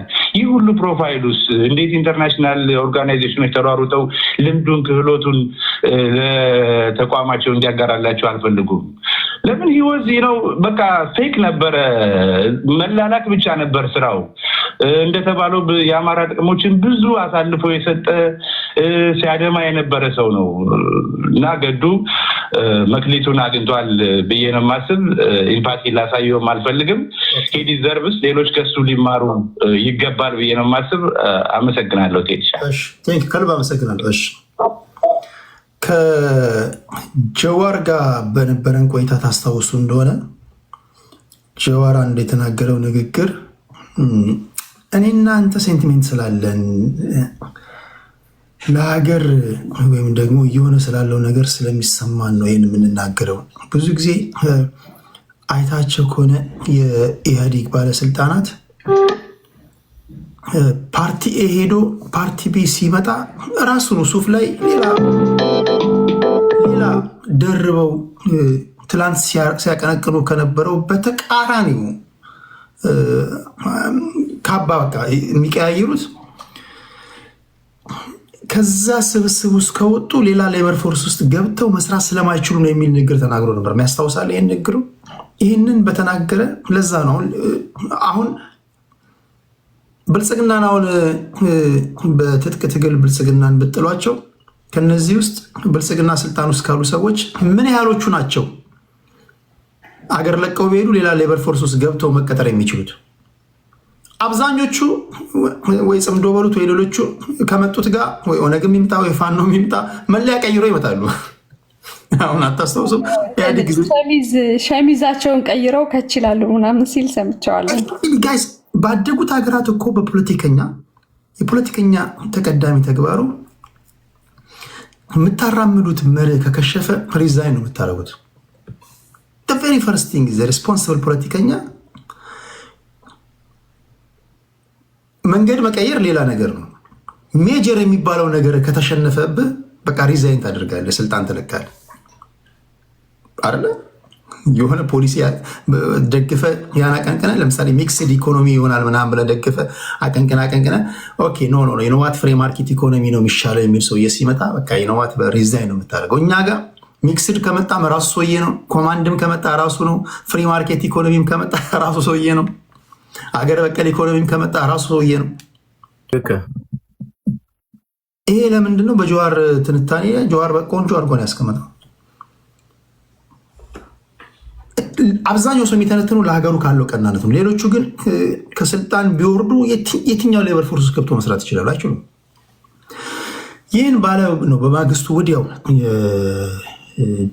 ገዱ አንዳርጋቸው እንትን የወጣው። እኔ ቀደም ሲል እንደነገርኳቸው አይዶን ሰውኛ ባህሪ ይሁን አላውቅም። ይሄን ባምንበትም ማላቃቸው ሰዎች እንኳን ቢሆን እነሱ ማያውቁኝ ሰዎች እንኳን ቢሆኑ እኔ ግን ማቃቸው ሰዎች ትላንት የሆነ ነገር ላይ የነበሩ ሰዎች የሆነ ነገር ሆኖ ሳይ ሰውኛ ባህሪውን ያሳዝነኛል። አዶን ግን በፖለቲካ እንደዚህ ያሳዝነኛል ምናምን በሚል አይደለም የምትተነትኑት። ያው እናንተ ፖለቲከኞች ናችሁ፣ ሩዝለስ ናችሁ፣ በፖለቲካ ነው እያያችሁ ያላችሁት። እና ቀደም እኔ ስናገር የነበረው እኔ አሳዘነኝ። በቃ አዶን ነው አዘንኩ፣ አይቼ አሳዘነኝ። ከፕሮቶኮል አኳያ ደግሞ የሁላችንም ዳሜጅ ነው፣ ምንም ጥያቄ የለውም። የሁላችንም ዳሜጅ ነው። የሁላችንም ቀደም ሲል አድማጮች እንዳሉት የሁላችንም ውርደት ነው። የሁላችንም ኢትዮጵያውያን ነው የሚባለው። ለማንኛውም እናንተ ከፖለቲካ አንጻር እንዴት ታዩታላችሁ ነው ቁም ነገሩ። የምትደውሉ ሰዎችን አስገባችኋለሁ። አሁን ወደ ተስፋ ማርያም ሄዳለች። ተስፋ ማርያም እንዴት አየሁ አንተ? ቴንኪዩ ቴዲሻ፣ ሁላችሁንም ሰላም ብያለሁ። እድሉም ስለሰጠኝ አመሰግናለሁ። ያው ምልህ በሆነ ደረጃ የኢህአዴግ የነበሩ በአጠቃላይ የአቅም ችግር እንደነበረባቸው ማንም የሚክደው አይመስለኝም። ትንሽ አቶ ገዱ እንግዲህ የሀገሪቱን ነባራዊ ሁኔታ አላቅም፣ የሀገር ቤት ስላለሁ በዚህ ፍጥነት ዓለም አቀፍ ተቋማት ላይ ገብተው ስራ የመስራት እድል ነበራቸው አልነበራቸውም አላቅም፣ እርግጠኛ ሆኜ ልነግርህ አልችልም። ያን እድል ኑሮ መጠቀም አልችል ብለው ወይም የአቅም እጥረት አጋጥሟቸው ከሆነ ወደዚህ ደረጃ የወረዱት ታዝናለህ። ግን ደግሞ ያን እድል ገና ስላልተመቻቸላቸው ዝም ብሎ ከመቀመጥ ሞራል ኑሯቸው ወኔ ኑሯቸው ራሳቸውን ዝቅ አድርገው ስራ ለመስራት ቁርጠኛ ከሆኑ ደግሞ ይሄ በጣም ትልቅ ነገር፣ ምንም እንትን የሚል ነገር የለውም። ስራ መስራት ነው። ቁጭ ከማለት ስራ መስራትን አማራጭ አድርጎ የተገኘውን እድል ተጠቅመው ከሆነ ይሄ ጥሩ ነገር ነው። ከዛ ውጭ ትንሽ የሚያወዛግበው ነገር ምንድን ነው? መቼም የኢህአዴግ እና የብልጽግና አመራር ሆነ ገንዘብ ታጣለህ ማለት ከባድ ነው። ታራ የቀበሌና የከተማ አመራሮች ምን ያክል ሚሊዮን ብሮች እንደሚያፈሩ እንደሚሰበስቡ ይታወቃል። ስፔሻሊ ይሄ ከ2010 እስከ 2014 አካባቢ ደግሞ የአባት ቤት ሲወረር አብረ ወረር የተባለ በሚመስል ደረጃ ከፍተኛ የሆነ መንግስታዊ ዝርፊያ ይፈጸም ነበር። ስቲል አሁንም አለ። ግን ያኔ በጦርነቱ ምናምን የፈጠረው ገጭጓ ነበረ ምናምንና በዛ ሂደት ውስጥ ከፍተኛ ዘርፊያ ነበረ። እንደነ ልደቱ አያሌው ሀብታቸውን ኢትዮጵያ ውስጥ አድርገው መንግስት ቀምቷቸው ሆኖም ሊሆን ይችላል እንደዚህ አይነት ነገር ውስጥ እንዲገቡ የተገደዱት። ሰውየው ዙሮ በምንም ወጣ በምን ሰውየው መኖር ያለባቸውን የራሳቸውን ላይፍ እየኖሩ ነው። ነገ ወዲያ አቅማቸው ተመዝኖ ምን ሊያመጡ ይችላሉ፣ እንዴት ሊሆኑ ይችላሉ ምናየው ይሆናል። ዓለም አቀፍ ተቋማት ላይ ገብተው መስራት ከቻሉ ምናምን በትክክልም ዲዘርቭ የሚያደርጉን መሪ ነበሩ ትላለ። አዘርዋይስ ደግሞ እንግዲህ ሳሚ እንደሚለው ከሆነ በጣም አስቂ ነው። በዛ ደረጃ ምንም ዕውቀት የሌላቸው ትምህርት የሌላቸው ኢቭን ቦታው ራሱ የሚሰጥልም እንዳለኩ እርግጥ ትንሽ እንደው ያጋነነው ይመስለኛል ሳሚም እንጂ በዛ ደረጃ ላሉ ሰዎችም እኮ የክልል ፖዚሽን እየተሰጠ ኑሮ ከሆነ እኮ 27 ዓመቱ ምን ያክል ድቅድቅ ጨለማ ዘመን እንደነበረም ያሳያል። 8 ዓመቱ በተመሳሳይ ችግር የነበረበት እንደሆነ የሚያሳይ ነው። እዛ ላይ እኔ አሁን እሳቸው እንደዚህ መክሰሱ ምኑ ምናምን አሁን ከኔ በፊት የተናገረው አንድ ተናጋሪ ያለው ይቅርታ አልጠየቁ ምናምን የሆነን ሰው ስለጠላው የግድ መዋሸት ያለብን እኮ አይመስለኝም አይደል? አቶ ገዱ ብልጽግና ውስጥም ሆነው ተቃውመው የመጡበት መንገድ በጣም አድንቄያለሁ። በጣም ነው ያደነኩት የተቃወሙበትን ፓርት። ከዛ ደግሞ በጣም እስካሁንም ድረስ እንደዛ አይነት ሰው ማግኘት የቸገረን በኢትዮጵያ ፖለቲካ መሰለ ላጠፋው ጥፋት እጠየቃለሁ ያሉ ሰው ናቸው። ይቅርታ ከመጠየቅም አልፈው ላጠፋው ጥፋት ለመጠየቅ ዝግጁ ነኝ ያሉ ብቸኛ የኢህአዴግም የብልጽግናም ሰው እሳቸው ናቸው። እስከማውቀው ሌላ ሰው አላውቅም። ሊኖር ይችላል እንጃ። ከዚህ በፊት ታምራት ላይ እኔም አጥፍቻለሁ በዛ ይቅርታ ጠይቃለሁ ምናምን ብሎ አንድ ኢንተርቪው ይቸለታለሁ። ከዛ ቀጥሎ ያየሁት ገዱ አንዳርጋቸው፣ ሌላ ሰው አላየሁ። ይሄንን መካዱ ምን ይጠቅማል? ሰውየው አምባገነን ነበሩ። ኢህአዴግ ሆኖ ኢትዮጵያን ህዝብ አማራንም በድለዋለኝ፣ ብልጽግና ሆኖም በተመሳሳይ ጥፋት አጥፍቷል። ምንም ጥያቄ የለውም። እሳቸው አምነው ይቅርታ ጠይቀው ለመጠየቅ ዝግጁ የሆኑበትን ልከራከርላቸው አልችልም። ግልጽና ግልጽ ያደረጉት ነገር ግን የሆነውን ደግሞ ዲናይ ማድረግ አያስፈልግም። በሌላ ቋንቋ ደግሞ ሌሎችም ከዚህ ይማሩ ብሎ አንዳንዱ እንደማስፈራሪያ ያየዋል። ከብልጽግና ከወጣህ ፓርኪንግ ጠባቂ ነው የምትሆነው፣ ስለዚህ እየገደልክ ብልጽግና ሁኑ ብሎ መቀስቀሻ ማድረግ የሚፈልግ ሰው አለ። እኛም ደግሞ እንላለን የብልጽግና አመራሮች አቅም የላችሁም፣ ያላቅማችሁ ኢትዮጵያን እየመራችሁ እንደሆነ ገዱ ማሳያ ነው። በዛ ልክ ከሆነ የሰው እየዝቅ ብለው እየሰሩ ያሉት እኛን እንጀራ አድርገውና እንደሚኖሩ ማሳያ ነው። እንግዲህ ካቶ ገዱ አብዛኞቹ አሁን ያሉት በነገዱ ልክ ያሉ እንዳልሆኑ በአመራር ብቃታቸው ጠንቅቀን እናውቃቸዋለን። በደንብ ጥንቅቅ ያለ ዕውቀት ነው።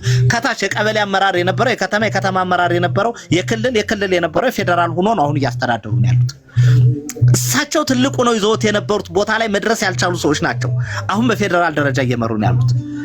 አሁን መጣችሁ እነዚህ ሰዎች አቅም የላቸውም ትምህርት የላቸውም እያላችሁን ከሆነ እናንተ ከዛ በታች ናችሁ። ልቀቁን። በቃ የተሻለ ሰው እንዲመራን እድል ስጡ። አቶ ገዱ በቂ ማሳያ ናቸው። ያ ከሆነ እውነቱ አቅም ሳይኖራቸው ቀርቶ ከሆነ ፓርኪንግ እየሰሩ ያሉት ይሄን ልትረዱት ይገባቸዋል። የብልጽግና ደጋፊ ይሄ በጄኖሳይድ ምናምን ክስ የተከሰሰው ማን ነው ንጹህ በኢትዮጵያ ኮንዲሽን? አንዳንዱ እኮ ጄኖሳይድ የሚለው የ8 ዓመቱን ወይም የ2 ዓመቱን ትግራይ ጦርነቱን ብቻ ነው። ከዛ በፊት 27 ዓመት የነበረውን ማን ነው የሚጠየቀው? መርጠን ነው እንደምንጠይቀው? የኛ ጠላት የምንለው ብቻ ነው ተጠያቂ የሚሆነው? በዛ ደረጃ ተጠያቂነት ካለ አቶ ገዱ ባላቸው ሞራል ልክ ሌላውም ቲፒኤልኤፍ ነው በበላይነት ሲመራ የነበረው አይደለም። በታች ነው ተላላኪ የነበረው በሙሉም ለመጠየቅ ዝግጁ ሆኖ ይምጣ። አጨብጨበን እኛ ራሱ እኮ ግፍን ባለማስቀረታችን እንደ ሀገር እንደ ትውልድ እኮ ተወቃሽ። እኔ ራሴ እንደዛ ነው የማስበው። በጣም አሳፋሪ ነውር ባለፈው 78 ዓመት ሲፈጸም መከላከል ማስቀረት አልቻለም። ማን ነው ንጹህ? እንኳን አመራር ሆኖ የተቀመጠና ይሄን ስርዓት ይሄን ገዳ አስተሳሰብ ይሄን ከፋፋይ ሲስተም እኮ ደግፈው የሚቆሙ ሰዎች ናቸው አሁን ስለ አቶ ገዱ ጄኖሳይደርነት ሊነግሩ የሚፈልጉት። ህገ መንግስቱ ራሱ እኮ አጋዳይ ነው፣ ከሳሽ እኮ ነው አይደል እንዴ? አንዱን ብሔር ከፍ አድርጎ ጨቋኝ አድርጎ ብሔርን ከሶ ሲያስገድስ ሲያስጨፈጭፍ የሚኖር ህገ መንግስት። ይሄ ህገ መንግስት እስካለ ድረስ ጄኖሳይድ ይቀጥላል እኮ። ፖለቲካን በብሔር ነው የምትሰራው፣ ከብሔር ለጥፈ ከህዝብ ለጥፈ ነው የምትሰራው።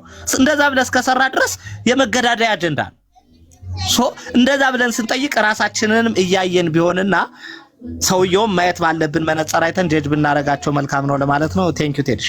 ቴንኪው ተስፋ። ጤና ይስጥልኝ። ስልክ ላይ ያለ አድማጫችን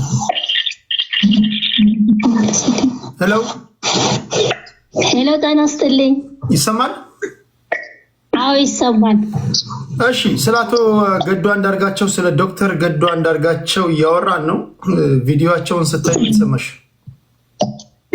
እኔ ማየው እንደ አንድ ኢትዮጵያዊ ነው። ያው የትግራይ ተወላጅ አይደለሁም። ከነሱ ውጪ ስለ እንደ አንድ ኢትዮጵያዊ ሆኜ ሳስበው የብሔር ፖለቲካ የወለደው ነው የምለው። ፖለቲካ ማለት እኮ ሐሳብህን እንዴት ለሰዎች አንዳንድ ጊዜ እኮ ይሄ እኮ ፖለቲከኛ ዲፕሎማሲ ነው ላለን እኮ በቤት ውስጥ ራሱ ከቤተሰብ ጋር ስናወራ እና አቶ ገዱ ፓርኪንግ ስራ ላይ መሰማራታቸው እኔ ቆጭቶኛል እንደ ሀገር። እኔም ስደት ላይ ነበር። ስራውን ሳይሆን ያሳለፉት ፖለቲካዊ መንገዳቸው ወርዶ ፓርኪንግ መሆኑ ማስተማሪያ ነው አልለውም። አንደኛ ምነው ብሔር ፖለቲካ የወለደው ነው። ብሔር ፖለቲካ ምንድነው? ታማኝ ከበርቴ ለባለቤቱ አቶ መለስም ብለዋል። ዘበኛ እንኳን ለምን አይሆንም ያሉት ቦታ አለ። ታማኝ እስከሆኑ ድረስ እውቀትም አይጠይቅም፣ ብስለትም አይጠይቅም። የተሰጣቸውን ማስፈጸም ብቻ ነው። እሱን ያየሁት። ሁለተኛ ደግሞ ደጋፊዎቻቸውም ተቃዋሚዎቻቸውም ሰምቻቸዋለሁ ሰሞኑን። እኔ በመጀመሪያ አንተን አመሰግናለሁ ይሄን እድል ስለሰጠህ። ለምሳሌ 8 ዓመት ሙሉ እኔ አይን አፍከነከን ነበር። ለምንድን ነው ሲተነትኑም አዋቂ የሚባሉ ሰዎች ያሳዝኑ ነበር። ለምንድን ነው እኛን የሚዋሹን? ለምን እየኖርን ነው? ሀገር ውስጥ ነው ያለ ነው። ይሄን ካልኩ በኋላ አቶ ገዱ አንድ ያዩት ምንድን ነው ሀብት እንኳን ባይዘርፉ እውቀት ለምን አያካብቱም? ወይስ ፖለቲከኛ ናቸው ወይ? ሀሳባቸውን መስጠት ይችላሉ ወይ? ከጊዜው ጋር መራመድ ይችሉ ነበር ወይ? ስብዕናቸው ራሱ የፖለቲከኛ ሰው ናቸው ወይ? ወደውት ነው ወይ ፖለቲካ ውስጥ የገቡት? ሀሳብ አለኝ ብሎ ነው ወይ የገቡት የሚል ነገር አለኝ።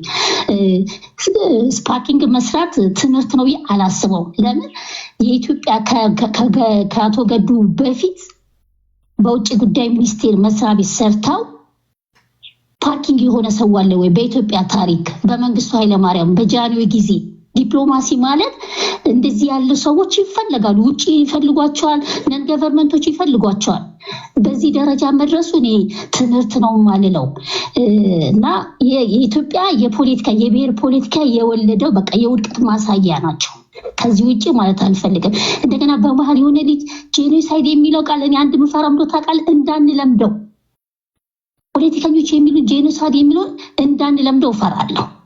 እና ይሄ በጅምላ የሚነገረው ቃል ቢታሰብበት ጥሩ ነው እምለው አለኝ።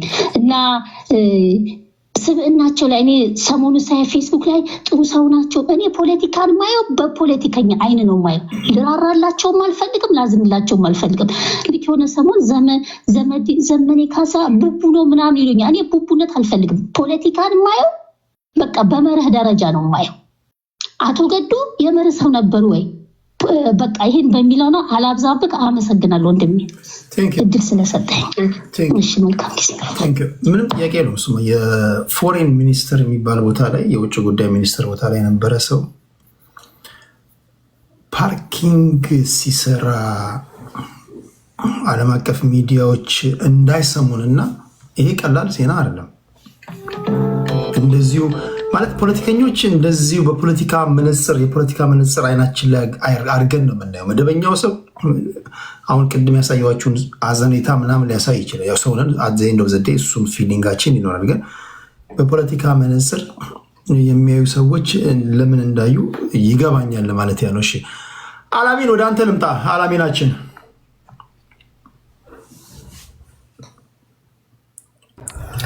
ሰላም ቴዲ፣ እንዴት አረፈድክ? ሰላም አለን። እግዚአብሔር ይመስገን። እንዴት ነህ? አለሁልህ ወንድም። ያው እድሉን ስለሰጠከኝ አመሰግናለሁ። ብዙዎቹ ሲዲ ውስጥ ላይ ያሉ ሰዎች አንዳንድ ነገሮች ሲናገሩ ሰምቻለሁ። ቴዲ ምን አለ መሰለህ፣ እንደ ሰብአዊነት የሰው ልጅ ሲታይ ሰውየው ካለበት ፖዚሽን አንጻር ዛሬ ላይ መንግስትንም ተቃውሞ ከሀገር ከወጣ በኋላ ይህንን ነገር በዚህ አይነት ደረጃ ታች ላይ ወርዶ ሲሰራ አንድ ጥያቄ የሚፈጥርብን ነገር አለ። በመንግስት በዚህ አይነት ፒኤችዲ ዲግሪ የሚኖረው የከፍተኛ መንግስት ስልጣናቶች ላይ የሚሰራ ሰው ነው ይሄ ሰውዬ። አሁን ባለበት ሀገር ላይ እውነት የተሻለ ስራ የሚሰራበትን ኦፖርቹኒቲ አቶ ነው ወይ የሚለውን ነገር ውስጥ ስንገባ ትልቅ ጥያቄ የሚያስነሳ ነገር ነው። ነገር ግን በሌላ በኩል ደግሞ ስታየው ከነበረበት ከዚህ ከሚያገለግልበት ከመንግስት ፖዚሽን ላይ ወርዶ የዚህ አይነት ደግሞ ችግር ውስጥ ገብቶ ስታየው ደግሞ በአንድ በኩል እንደ ሰብአዊነት የምታዝንበት ሁኔታ ነው ያለው። ነገር ግን አሁን መንግስትን በሚያገለግልበት ጊዜ የመንግስት ደሞዝ ቅጥረኛ ሆኖ በዚህን ያክል ሲሰራ ምንም አሁን ያለበትን ህይወት እዚህ ደረጃ ሊደርስበት የሚችልበትን አይነት ነገር የህይወት ዝቅታ ውስጥ ሊያስገባው የሚችል ነገር አለ ብሎ መገመት ትንሽ ከባድ ነው። እንደኔ ከተራ የወረዳ ወይንም ደግሞ የቀበሌ ከሚባሉ ሰዎች አንጻር ጀምሮ ከሚያገኙት ጥቅም አንጻር ካላቸው ኢቨን ቶ እና በመንግስት ደረጃ ሌላ ነገሮችን ሰራ ባንል ወደ ሙስና ውስጥም ወደ ሌላ ነገር ውስጥም አልገባም ቢባል ካለበት ፖዚሽን አንጻር የሰው ከነበረበት ሁኔታ አንጻር በዚህ አይነት ደረጃ ይወርዳል ወይንም ደግሞ የአቅም እጥረት ይኖረዋል ብሎ ማሰብም ከባድ ነው። ካለው የትምህርትም ወይንም ደግሞ ይሰራበት ከተባለበት ካለው ዕውቀትም አንጻር አሁን ባለበት ሀገር ላይ ይሄን ያክል ተፈላጊ አይደለም ይሄ ሰው የተሻለ ስራ ያገኝም ብሎ ማሰብ በጣም ከባድ ነው። አልሞሄም እንደኔ ትንሽ አሁን ላይ እቺ የተደረገችው ነገር የቀረጸውም ሰውዬ እንደኔ እሱን የሚጠላ ሰው ላይ መስለኝ ይችላል። እሱን የሚወደው ወይንም ደግሞ ይሄንን መልእክት ማስተላለፍ የፈለገ ሰው ያለ ነው የሚመስለኝ። ለኛ አጀንዳ የተሰጠ ነገር ነው። ነገ ለሚመጣበት ፖዚሽኑን ቀይሮ ለሚመጣበት አመጣጥ ተቀባይነትን ለማግኘት የሚመስለኝ እና ባጭሩ ይሄ ነው የሚሰማኝ። አመሰግናለሁ ቴዲ። ሌሎች ሰዎች ካሉ አስገባ። ቴንክ ዩ አላሚናችን፣ ቴንክ ዩ ብራዘር። እሺ ጤና ይስጥልኝ። መስመር ላይ ያለ አድማጫችን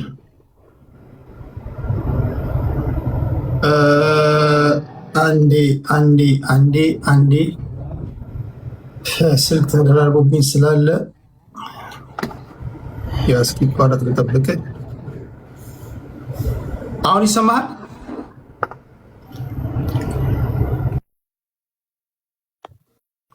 እሺ አሁን ይሰማሃል? ይሰማል? እየሰማሁ ነው። እሺ እንዴት አየው የአቶ ገዱ አንዳርጋቸውን የዶክተር ገዱ አንዳርጋቸው ሁኔታ? እንግዲህ አሜሪካን እናመሰግናለን እንዲህ ብለው በነፃነት መስራታቸው። እሱንም ነበር የተከለከሉት። እንደነ ታዬ ደንዳ እንትን አይደሉም፣ እሳቸው እድለኛ ናቸው። እና አሜሪካ መንግስት ነው በዚህ አጋጣሚ ልናመሰግን የሚገባው።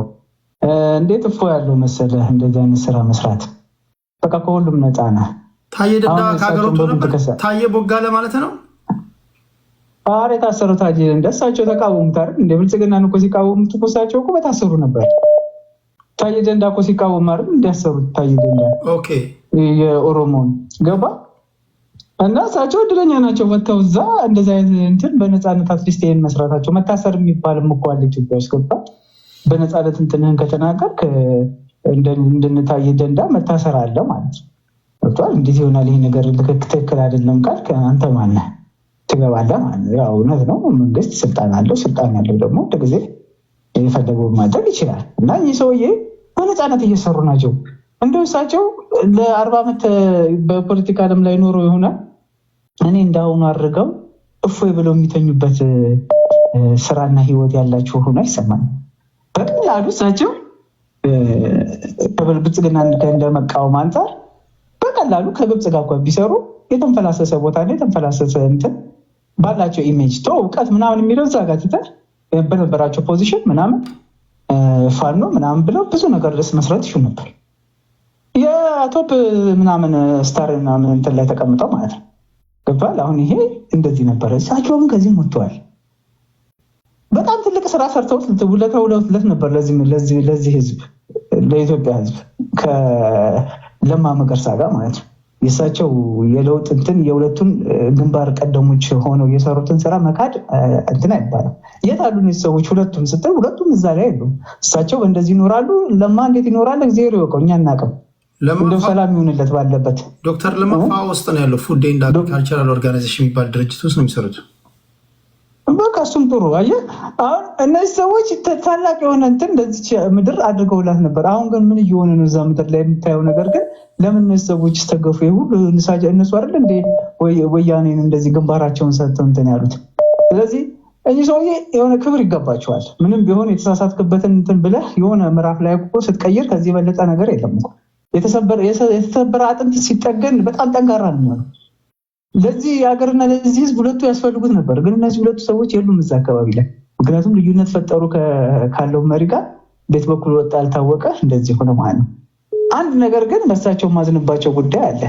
እውነቱን አልነገሩንም። ምንድነው ልዩነት የፈጠረባቸውን ነገር ለዶክተር ለማ መገርሳም እሳቸውም አልነገሩንም። ይሄ ደግሞ ሌላ በደል እየበደሉ ነው። ሌላ በደል እየበደሉ ነው። እኔ በደረስኩበት እና እንትን ባልኩበት ኢስት አፍሪካን ወደ መቀመቅ የሚከት ለኢትዮጵያ ለኤርትራም የማይጠቅም የአሜሪካና የነ እስራኤል የነ ዩኤኢ የሆነ ጦርነት እየመጣብን ነው። እመኑ ካሉ የሚበረው ድሮን ቴክኖሎጂ ነው። በቃ እኛ አደግም ምናምን ይላል። ወደውን አይደለም። እዛ ነጭ ሀገር ስትሄድ እንኳን ስትጫወት ጥቁር ተጫዋች ሆነ ነጩት አጎንብሶ እንትን ጡንቻን ሲያሸልህ ወዶ አይደለም፣ እንድሰራለት ነው፣ ጎል እንድታገባለት ነው። ነጮች እንደዛ ናቸው። እነዚህ ደግሞ ዓለምን መቆጣጠር የሚፈልጉ ናቸው። እኛን ወደውን አይደለም። በርበራ ላይ እንትና ላይ ሶማሊላንድ ላይ ያሉት ሶማሊላንድ ወደው አይደለም። ጅቡቲ ላይ ቁጭ ብለው ያሉት ጅቡቲን ወደው አይደለም። አሁን ደግሞ የኤርትራን ኢትዮጵያ ታመጣዋለች እያሉ ደግሞ በጎን የሚሰሩት ያሉት እነሱ ምንም ወደውን አይደለም። በጣም የሆነ ትራጀዲ የሆነ ነገር ይታያል በዚህ ምድር ላይ። እሱን ግን አልነገሩንም። ይሄ ነው ደግሞ ልዩነታቸው ብዬ ነው የማምነው። በቅርቡ አንድ ነገር ይሆናል። እሱን ደግሞ በጣም ከባድ ነገር ወደኛ እየመጣ ነው። በጣም ከባድ ነገር ከሁርሙዝ ምናምን በከፋ ሁኔታ ማለት ነው። እነዚህ ተቆጣጣሪዎች ሊቆጣጠሩ ብለው በመጡት ጦርነት ውስጥ የኢትዮጵያ ችግር ባይዘው የኢትዮጵያ ችግር አይደለም። እና እኔ ይህንን ግን አልነገሩንም እነዚህ ሰዎች። ይህንን ነው ደግሞ ያልተስማሙት ከእሱ ጋር። እሱ ደግሞ ይህንን ታዟል የብልጽግና መንግስት እና እችኛዋን ነገር አለመንገራቸው ነው ለእኔ እንጂ እሳቸውም አፎይ ብሎ እየኖሩ ነው። ከልብ አመሰግናለሁ። እግዚአብሔር ያክብረኝ። እሺ ወደ ዩሪ እንሄዳለን። እሺ ዩሪ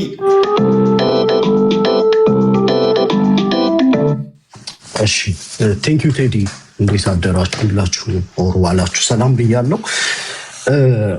እንትን ነው አሁን የገዱን የፖለቲካ ህይወት ከገመገምን ሌላ ጉዳይ ነው። እንደ ማንኛውም የኢህአዴግ አባላት ገዱ በፖለቲካ ይገመገማሉ። ገዱ የታዩበት አንድ ሁኔታ አለ። የፓርኪንግ ስራ ሲሰሩ ነው። በነገራችን ላይ የፓርኪንግ ስራ መስራታቸው አይደለም፣ የእጃቸው ጀስቸር ካየኸው እጃቸውን ወደኋላ አጣምረው በእጃቸው መኪና ሲያሳልፉ ምናምን ያሳዩትን ሰም ሶርት ኦፍ ፕሮፌሽናሊዝም ራሱ እኔ ከአድናቆት ውስጥ ከትቼዋለሁ። አንድ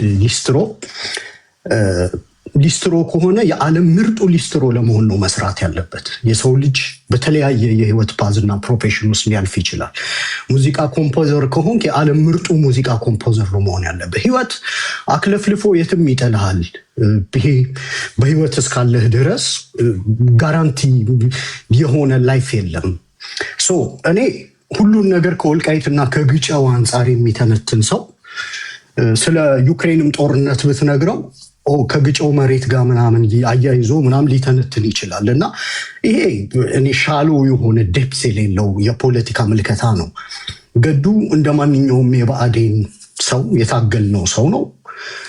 ከስርዓቱ አፈንግጦ የወጣ ነው። በፓርላማ ኦፊሻል በሆነ የፓርላማ ንግግር ዲስሪስፔክት አድርገው ንግግሩን ሁሉ ሳያስጨርሱት ከስርዓቱ አፈንግጦ የወጣ ሰው ነው።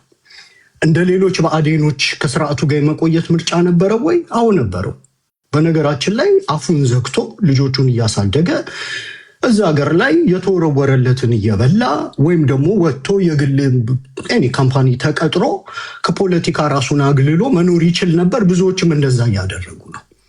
የሆነ ሰው የሞራል ስታንዳርድ አሳይቶ ኑሮን ንቆ ዓለምን ንቆ አገዛዝን ተቃውሞ ከዚህ በፊት ያደረገው እንደ ማንኛውም በወንጀል የሚጠየቅበት ነገር ካለ ወደፊት በወንጀል እየጠየቀው፣ ዛሬ ላይ ግን የወሰደውን አክሽን ማጣጣል በእርግጠኝነት ደሴት መግዛት የሚችሉ እነ ሽመልስ አብዲሳን የማይቃወሙ ሰዎች ናቸው አሁን መጥተው ስለገዱ ሞራል ስታንዳርድ ነው። ምናልባት የሚተነትኑት ሰዎች በመንግስት መስሪያ ቤት ውስጥ ከሰዓት በኋላ ሙስና ለመቀበል ቀጠሮ የሚያዙ ሰዎች ሊሆኑ ይችላሉ። እያወራን ያለነው ስለ ሞራል ኮድ ነው። አገዛዙ ከኔ ከወጣህ ዋጋ የለህም አላምጬ እጥልሃለሁ ነው አይደል? ያገዛዙ መልእክት። የገዱ መልእክት ደግሞ ኖ አንተ ላይ አምጬ ዋቴቨር ካምስ እቀበልና ያለ አንተ አምባገነን እርዳታ ሰርቫይቭ ማድረግ እችላለሁ። ገዱ ይህንን ያደረጉት ገዱ ሰርቫይቭ ነው ያደረጉት። የግል ኑሯቸውን ነው የኖሩት። እርዳታ መጥቶ አልጠየቁም። እንደ አብዛኛው ፖለቲከኛ ባላቸው ካፒታል፣ ይሄ ሶሻል ካፒታል ወይም ደግሞ ሌቨሬጅ ሚስጥር እንኳን አውጥተው ሲሰጡ እና ኤርሚያስ ለገሰ ወደ ዲያስፖራ ከሄዱ በኋላ በግንቦት 7 እርዳታ ነው የቆሙት። ከዛ በኋላ ደግሞ ሙያቸውን በትንተና በዩቲዩብ ገቢ አድርገው ወደ ኑሮ ነው የለወጡት። ገዱም እንዲህ አይነት የሚዲያ ኦፖርቹኒቲዎች አሉ። ሌሎች ባለሀብቶችን ተጠግተው አንድ የሆነች ቦታ ቅጠሩ ማለት ይችላሉ። በርካታ ኦፖርቹኒቲ ነበሩ። ዩኔቨር ነው። ሰውየው ባለፉት በ30 ዓመት ሂደት ደክሟቸው እረፍት የሚፈልጉ ሰው ሊሆኑ ይችላሉ። አንድ ሰው ራሱን አሸንፎ የሚኖርን ሰው የሞራል ኮዱ የተሰባበረ ምናምን ሰው መጥቶ አትሊስት ያሳዩትን ኢንቴግሪቲ ምናምን አሳንሶ ለማሳየት የሚሞክረው ነገር እኔ ጥያቄ ምልክት ውስጥ ነው የምከተው። ግን በኢትዮጵያ ውስጥ 2,600,000 በቅጡ ማንበብ የማይችለው ወርቅነህ ገበየሁ ኢጋድን ይመራል። የትምህርቱ ሁኔታ ላይ ካፓሲቲው ላይ ምናምን ጥያቄ ምልክት እንከትበታለን። ወርቅነህ ገበየሁ አገዛዙ ስለፈለገው ይጠቅመዋል። በፕሮፌሽኑ ከሱ የተሻሉ ሰዎች ባሉበት ሀገር በካድሬነት ተመልምሎ ሌሎች የአፍሪካ ሀገራት ጭምር ሞብላይዝ ተደርገው እንዲደግፉት ተደርጎ ዛሬ ደብሊውኤችኦን የሚመራው ቴድሮስ አዳኖም ደብሊውኤችኦ የገባው ሌሎች ከሱ የሚበልጡ ኢትዮጵያውያን ጠፍተው አይደለም፣ አገዛዝ ሰፖርት ስላደረገው ነው። ኦኬ፣ የኢህአዴግ መንግስት። በሌላው መልኩ እውቁ አክሎክ ቢራራ ለዓለም ባንክ ለመወዳደር ፈልገው የኢትዮጵያ መንግስትን ድጋፍ ጠይቀው ይጥፋ ነው የተባለው። ለምን? አማራ ስለሆነ። አዜብ መስፍን በ3500 ብር ደሞዝ እኖራለሁ ብላ ኡጋንዳ ገብታ ትልቅ የኢኮኖሚ አብዮት ፈጥራ እየኖረች ነው።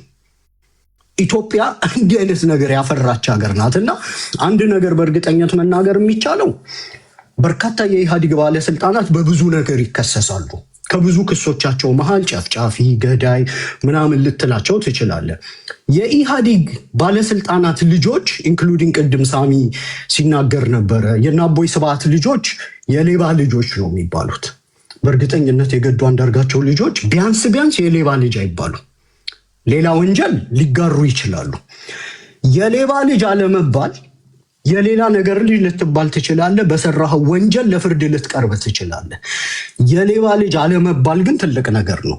በተለይ ደግሞ እኔ እንደወጣሁበት እንደ አማራ ማህበረሰብ ክብሩ ሁሉ ነገሩ የሆነ ሌብነት ምናምን የሚጸየፍ ማህበረሰብ ስትሆን አይሚን ትራስህ ላይ ተንተርሰ ቆንጆ እንቅልፍ ይወስድሃል። እና እኔ ዛሬ ሽመልስ አብዲሳ ደሴት መግዛት ይችላል። የሽመልስ ቤተሰቦች የሀገሪቱን የሲሚንቶ ንግድ አብዮት እንደተቆጣጠሩት ማጣራት ለሚፈልግ ማንኛውም ፕሮፌሽናል ሰው ሚስጥር አይደለም። የሽመልስ ወንድሞች ምን አይነት ህይወት እየኖሩ እንደሆነ ታከለ ኡማ ከመጣ በኋላ ለምን ያስተዳደር ከነበረበት ቦታ እንደተነሳና ዛሬ አገዛዙ ውስጥ ያሉ ወይም የነበሩ ወይም ደግሞ በአገዛዙ ተለጣፊነት ሀገር ቤት የገቡ ሰዎች የሚኖሩትን ኑሮ ላየ ገዱ ብዙ የኢህአዴግ ወንጀሎችን ሊጋራ ይችላል። ቢያንስ ግን ይሄ ሰው ሌባ አለመባሉ የህሊና እረፍት እንደሚሰጠው ራሱም የገለጸበት ነው። እና እኔ ስደመድመው ቴዲ ምንድን ነው አገዛዙ ለማዋረድ ነው እንዲህ አይነት ቪዲዮዎችን ቀርጾ የሚያወጣው። እዩ ክብር አልወድላቸው ብሎ እየሰረቁም ቢኮዝ ፕራይም ሚኒስቴሩ እኮ ከዚህ በፊት ካስታወስክ የኢህአዴግ ሰዎችን በተለይ የህወሓት ሰዎችን ሲገልጻቸው ሌቦቹ የሰረቁትን እንኳን ይዛችሁ ኑሩ ብንል እምቢ ያሉ ነው። ከዚህ በላይ ሞት ያለ አይመስለኝም። እኔ እያንዳንዱን የህወሓት ባለስልጣን ብትፈትሸው ሌባ ነው፣ ልጁም የሌባ ልጅ ነው። ምን አይነት ኑሮ ይኖሩ እንደነበር እናውቃለን። ከዚህ በፊት የጓቲማላው ፕሬዚዳንት በስልጣን ላይ እያሉ በጣም በከረከሰ ቤት ውስጥ እኖራለሁ ብለው የስልጣን ዘመናቸውን ኦልሞስት በቃ አቬሬጅ በሆነ ቤት ውስጥ አሳልፈው ዓለምን አነጋግረው ነበር። ከስልጣን ከለቀቁም በኋላ እንደዚሁ ተራ በሆነ የፐብሊክ ትራንስፖርቴሽን ውስጥ ምናምን ይታዩ ነበረ። ገዱ ኳሊፊኬሽን አለው የለውም የነወርቅነህ ገበየውን ጉድ ላየ አገዛዝን ብትጠጋ ኳሊፊኬሽን ኖረህም አልኖረህም የልደርስ እንደምትችል በኢትዮጵያ ፖለቲካ ውስጥ አይተነዋል። ግን ገዱ አገዛዝ ላይ አመፀ፣ ወጣ፣ ራሱን በሁለት እግሩ እያቆመ ነው። ራሱን የደገፈበት መንገድ ለሌሎች ኢትዮጵያውያን ትምህርት የሚሆንበት ነው። ለባለስልጣናትም እያደመጡ ከሆነ አትስረቁ ከህዝብ ፕሮፐርቲ ላይ አቬሬጅ ሆናችሁ ተራ ሰው ሆናችሁ መኖር እንደምትችሉ ነው ገዱ ያስተማራችሁ። ጨርሻለሁ። ቴዲ አመሰግናለሁ። ቴንኪው ዩሪያችን። በነገራችን ላይ ሶሻል ሚዲያ ላይ ከአማራ አክቲቪስቶች ከአፋብን ሰዎች ነፍስ ካላቸው ፖለቲከኞች አንዱ ነው ዩሪ። 1 2 3 ኦኬ ሰምን ቴንክ ዩሪያችን። ግን በዚህ ትንታኔ ነገ የጽንዶን ጉዳይ ስንተነትን እርስ በርሱ አይጋጭብም የምናየው ይሆናል። ምክንያቱም የቲፒኤልኤፍ ሰዎች ሌቦች ናቸው ካልክ፣ ስለዚህ አንተ የምትደግፈው ስብስብ ይህንን የሌባ ስብስብ ለማምጣት ነው ማለት ነው የሚል ጥያቄ ሊነሳ ይችላል። ዩሪያችን እንግዲህ ወደ በኋላ የምናወራ ይሆናል በጽምዶ ጉዳይ ላይ 2 ሰዓት በ2 ፒኤም ላይ በኢስተርን ታይም ለካናዳ እና አሜሪካ ላላችሁ፣ ከዛ በኢትዮጵያ 3 ሰዓት ከምሽት ነው የሚሆነው። ከአሉላ ሰለሞን ጋር ቆይታ እናደርግና በሰፊው ከፖለቲከኞች ጋር ቆይታ እናደርጋለን። ከምናወራባቸው ጉዳዮች መካከል የእስክንድር ነጋ ቀደም ሲል ያስደመጥኳቸው ንግግር አለ። ጽምዶን አስመልክቶ እድል አላገኛችሁ ወደ በኋላ አካባቢ ስለ አቶ ገዱ አንዳርጋቸው እናወራለን። እንዲሁም የአንዳርጋቸው ጽጌን ሁኔታና ሰፋ ያለ አጀንዳ ነው የሚኖረን። በዋነኛነት ግን የአቶ ገዱን በወፍ በረር ከነካንም በኋላ ወቅታዊ አንኳሩ ጉዳይ የጽምዶ ነው አይደል? ሌላ የለም። የጽምዶ ነው። እሱን እንተነትናለን ለማለት ያለው። አማራ ስትሮንግ ወደ አንተ ልምጣ። ኦኬ ቴዲሻ ሰላም ነው? ሁላችሁንም ሰላም ብያለሁ። አለን አማራ ስትሮንግ። የቸገረ ነገር ገጠመን። አሁን ደግሞ ገስ ለገዱ ልናወራ አድረናል። በአጀንዳ አንዱ ስንል አንዱን አረጋ ያለካ ነው በሄደር ያስቀመጥነው ብዙ አጀንዳ ላይ ነው በላይ የተደራረበ።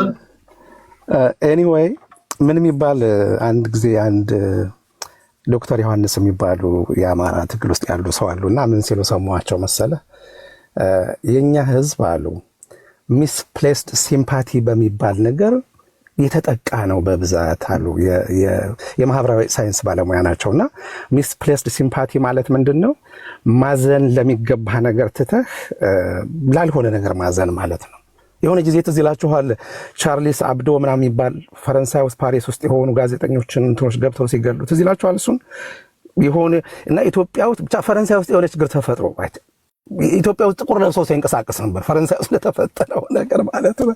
እና ለእንደሱ አይነት ነገር ማለት ነው። አሁንም የምናዝነውና የሚያሳስበንና ይሄ ሲምፓቲያችንን ሲክ የሚያደርግ ሰው ያጣንና ወይም ደግሞ ያን ሁነት የሚፈልግ ነገር የጠፋ ይመስል ስለ ገዱ ፕሮቴክሽን የገዱን እንትን ጀስቲፋይ ለማድረግ መሄዱ እኔ ብዙ የሚታዘንላቸው ብዙ የሚታሰብላቸው ብዙ የሚያስጨንቁን ሰዎች አሉ። እንደ ሰውም ለማዘን ማለት ነው። እንደ ሰውም ለማዘን ምክንያቱም የገዱ ኢትስ ባይ ቾይስ ነው። ፎርስ ተደርጎ ምናምን የመጣ ነገር ነው ብዬ አላስብም። ኢትስ አ ፐርሰናል ቾይስ ነው። there is a consequence for every personal choice እንዲያው በሚባለውም ደረጃ ቢካሄድ ማለት ነው። እኔ ግን እሱንም አላምንም ቴዲ። ምክንያቱም አንድ የመጀመሪያው ይሄንን ቪዲዮ እንዳየው የመጀመሪያ የመጣብኝ ጥያቄ ምንድነው? እኔ ዲሲ አይደለም ኖረው ግን ዲሲን አውቀዋለሁ በደንብ። ዲሲ ሲሄድ አይ ቲንክ እዛ አካባቢ ነው መሰለኝ ገዱ የሚኖረው። አስተካክሉ ሚዛ ነው አይደለም የሚኖረው? ሌላ ቦታ ነው የሚኖረው? ዲኤምቪ ኤሪያ ነው የሚኖረው። ዲኤምቪ ኤሪያ ከሆነ የምትኖረው በቃ አይዘር ዲሲ ነው ትልቁ ከተማ ያለው ዲሲ ነው፣ ወር ደግሞ እንግዲህ ባልቲሞር ምናምን ከሄድክ ነው ፓርኪንግ ጋራዦች ያላቸው ማለት ነው። እና ፓርኪንግ ጋራዥ ነው የሚያሳየው። እዛ አካባቢ ያሉ አብዛኞቹ ፓርኪንግ ጋራዦች ጋር ስትሄድ አብዛኞቹ አውቶሜትድ ናቸው፣ ማሽን ነው ያላቸው፣ ሰው የላቸው። የመጀመሪያው የጫረብኝ ጥያቄ ይሄ ነው። እንዴ አምሹር ቶሮንቶ ነው አይደለም ትኖር አንተ ትሄድ ዳውንታውን ምናምን ስትሄድ አብዛኞቹ በማሽን ነው። ትኬት ትገባለህ፣ ስትወጣ ከፍለህ ትወጣለህ። ሰው አስቀምጦ ፓርኪንግ ማሰራት በጣም የቆየ እንትን ነውና ኦኬ ከኢትዮጵያ ዲሲ ውስጥ ካሉት ሰዎች ገዱንም የዶክተር ገዱንም ያከል ሰው አንድ ደም ለዛው በጣም ሬር በሆነ ኦኬዥን ውስጥ እንዴት ፓርኪንግ ውስጥ ጋራዥ ውስጥ ፓርኪንግ ሲሰራ ተገኘ? የመጀመሪያው ጫረብኝ ጥያቄ ይሄ ነው። ስለዚህ በዛ ምክንያት እኔ ይሄን ነገር ስቴጅድ እንደተደረገ ነው የተደረገ ነገር ነው ብዬ ነው ማስበው ቴዲ። ምክንያቱም ልከት በቃ ኤቭሪቲንግ የምታየው ነገር በሙሉ ጋሽ ገዱ ወደዚህ ሲሄዱ ወደዚህ ሲመጡ እጃቸውን ሲያወዛውዙ ምናምን የምታየው ነገር በሙሉ በቃ ተቀነባብረው በቃ ለዚህ ቀረጻ ተመቻችተው የተቀመጡና ኤግዛክትሊ በወጣ ማግስት እንዲህ አይነት የሲምፓቲ ጎርፍ እንዲጎርፍ ተደርጎ ከዛ ቀጠለ መሳይ መኮንን ደግሞ መጣና የገጽታ ግንባታ የገጽታ ጠረባ ማለት ነው በቃ እንደዛ አይነት ስራ ነው እየተሰራ ያለው። ፖለቲከኛ ይላል ሴራ። በቃ ንጹህ ሰው ምንም ያልሰረቀ ምንም ያልበላ ምናምን። አቶ ዶክተር ገዱ ከልጅነታቸው ጀምሮ በብአዴን ቤት ውስጥ ያደጉ ናቸው። ከወገል ጤና አካባቢ ነው የመጡትና ከዛ ጀምሮ መተው በነበረከት ስምኦን ስር ያደጉ ሰው ናቸው። ይሄ በብአዴን የመተካካት ፖሊሲ በዛ ስራ አልፈው የመጡ ሰው ናቸው። በብአዴን እንትን ውስጥ አልፈ በነገራችን ላይ ሃይ ራንክ ማግኘት you have to be smart። ዝም ብለህ ታዛዥ ብቻ አይደለም የሚፈልጉት፣ ስማርት መሆን አለብህ። ስማርት ፖለቲከኛ መሆን አለብህ። ብዙ ነገሮችን የምታውቅ ሴራ የሚገባህ ምናምን መሆን አለብህ። ብዙ ሰው እየጠላለፍክ እየጣልክ ነው። በዛም ደረጃ ለመታዘዝም በዛ ልክ ነው አስቸጋሪ የሚያደርጉብህ። ኮንስፓሬሲ በጣም ነው የተመቸኝ። ቫሊድ ፖይንት ነው ያነሳው። ግን ምን ለማሳካት ነው ብለህ ነው የምታስበው? ልመጣልህ ነው ወደሱ። በዚህ ደረጃ እውቀትና ልምድ አካብቶ ይመጣ። አሁን ቅድም የተናገራችሁት ነገር አለ የሰው ሀብት አንድ ክልል መምራት ማለት እኮ የፐብሊክ አድሚኒስትሬሽን እኮ ትልቅ እኮ ልምድ እኮ ነው፣ ትልቅ ኢንሳይድ ነው።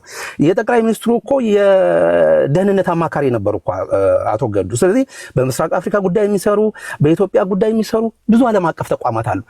100% እነግርሃለሁ አፕላይ ቢያደርጉ ነው የምልህ። ቢፈልጉ አፕላይ ሳያደርጉ እጃቸውን ስመው ይወስዷቸዋል። ችግሩ ምንድነው? ጋሽ ገዱ ከፖለቲካ ሪታየር አላደረጉም። ጋሽ ገዱ በዲያስፖራ በተለይ ደግሞ በአማራው ዲያስፖራ የጽምዶ አምባሳደር ናቸው።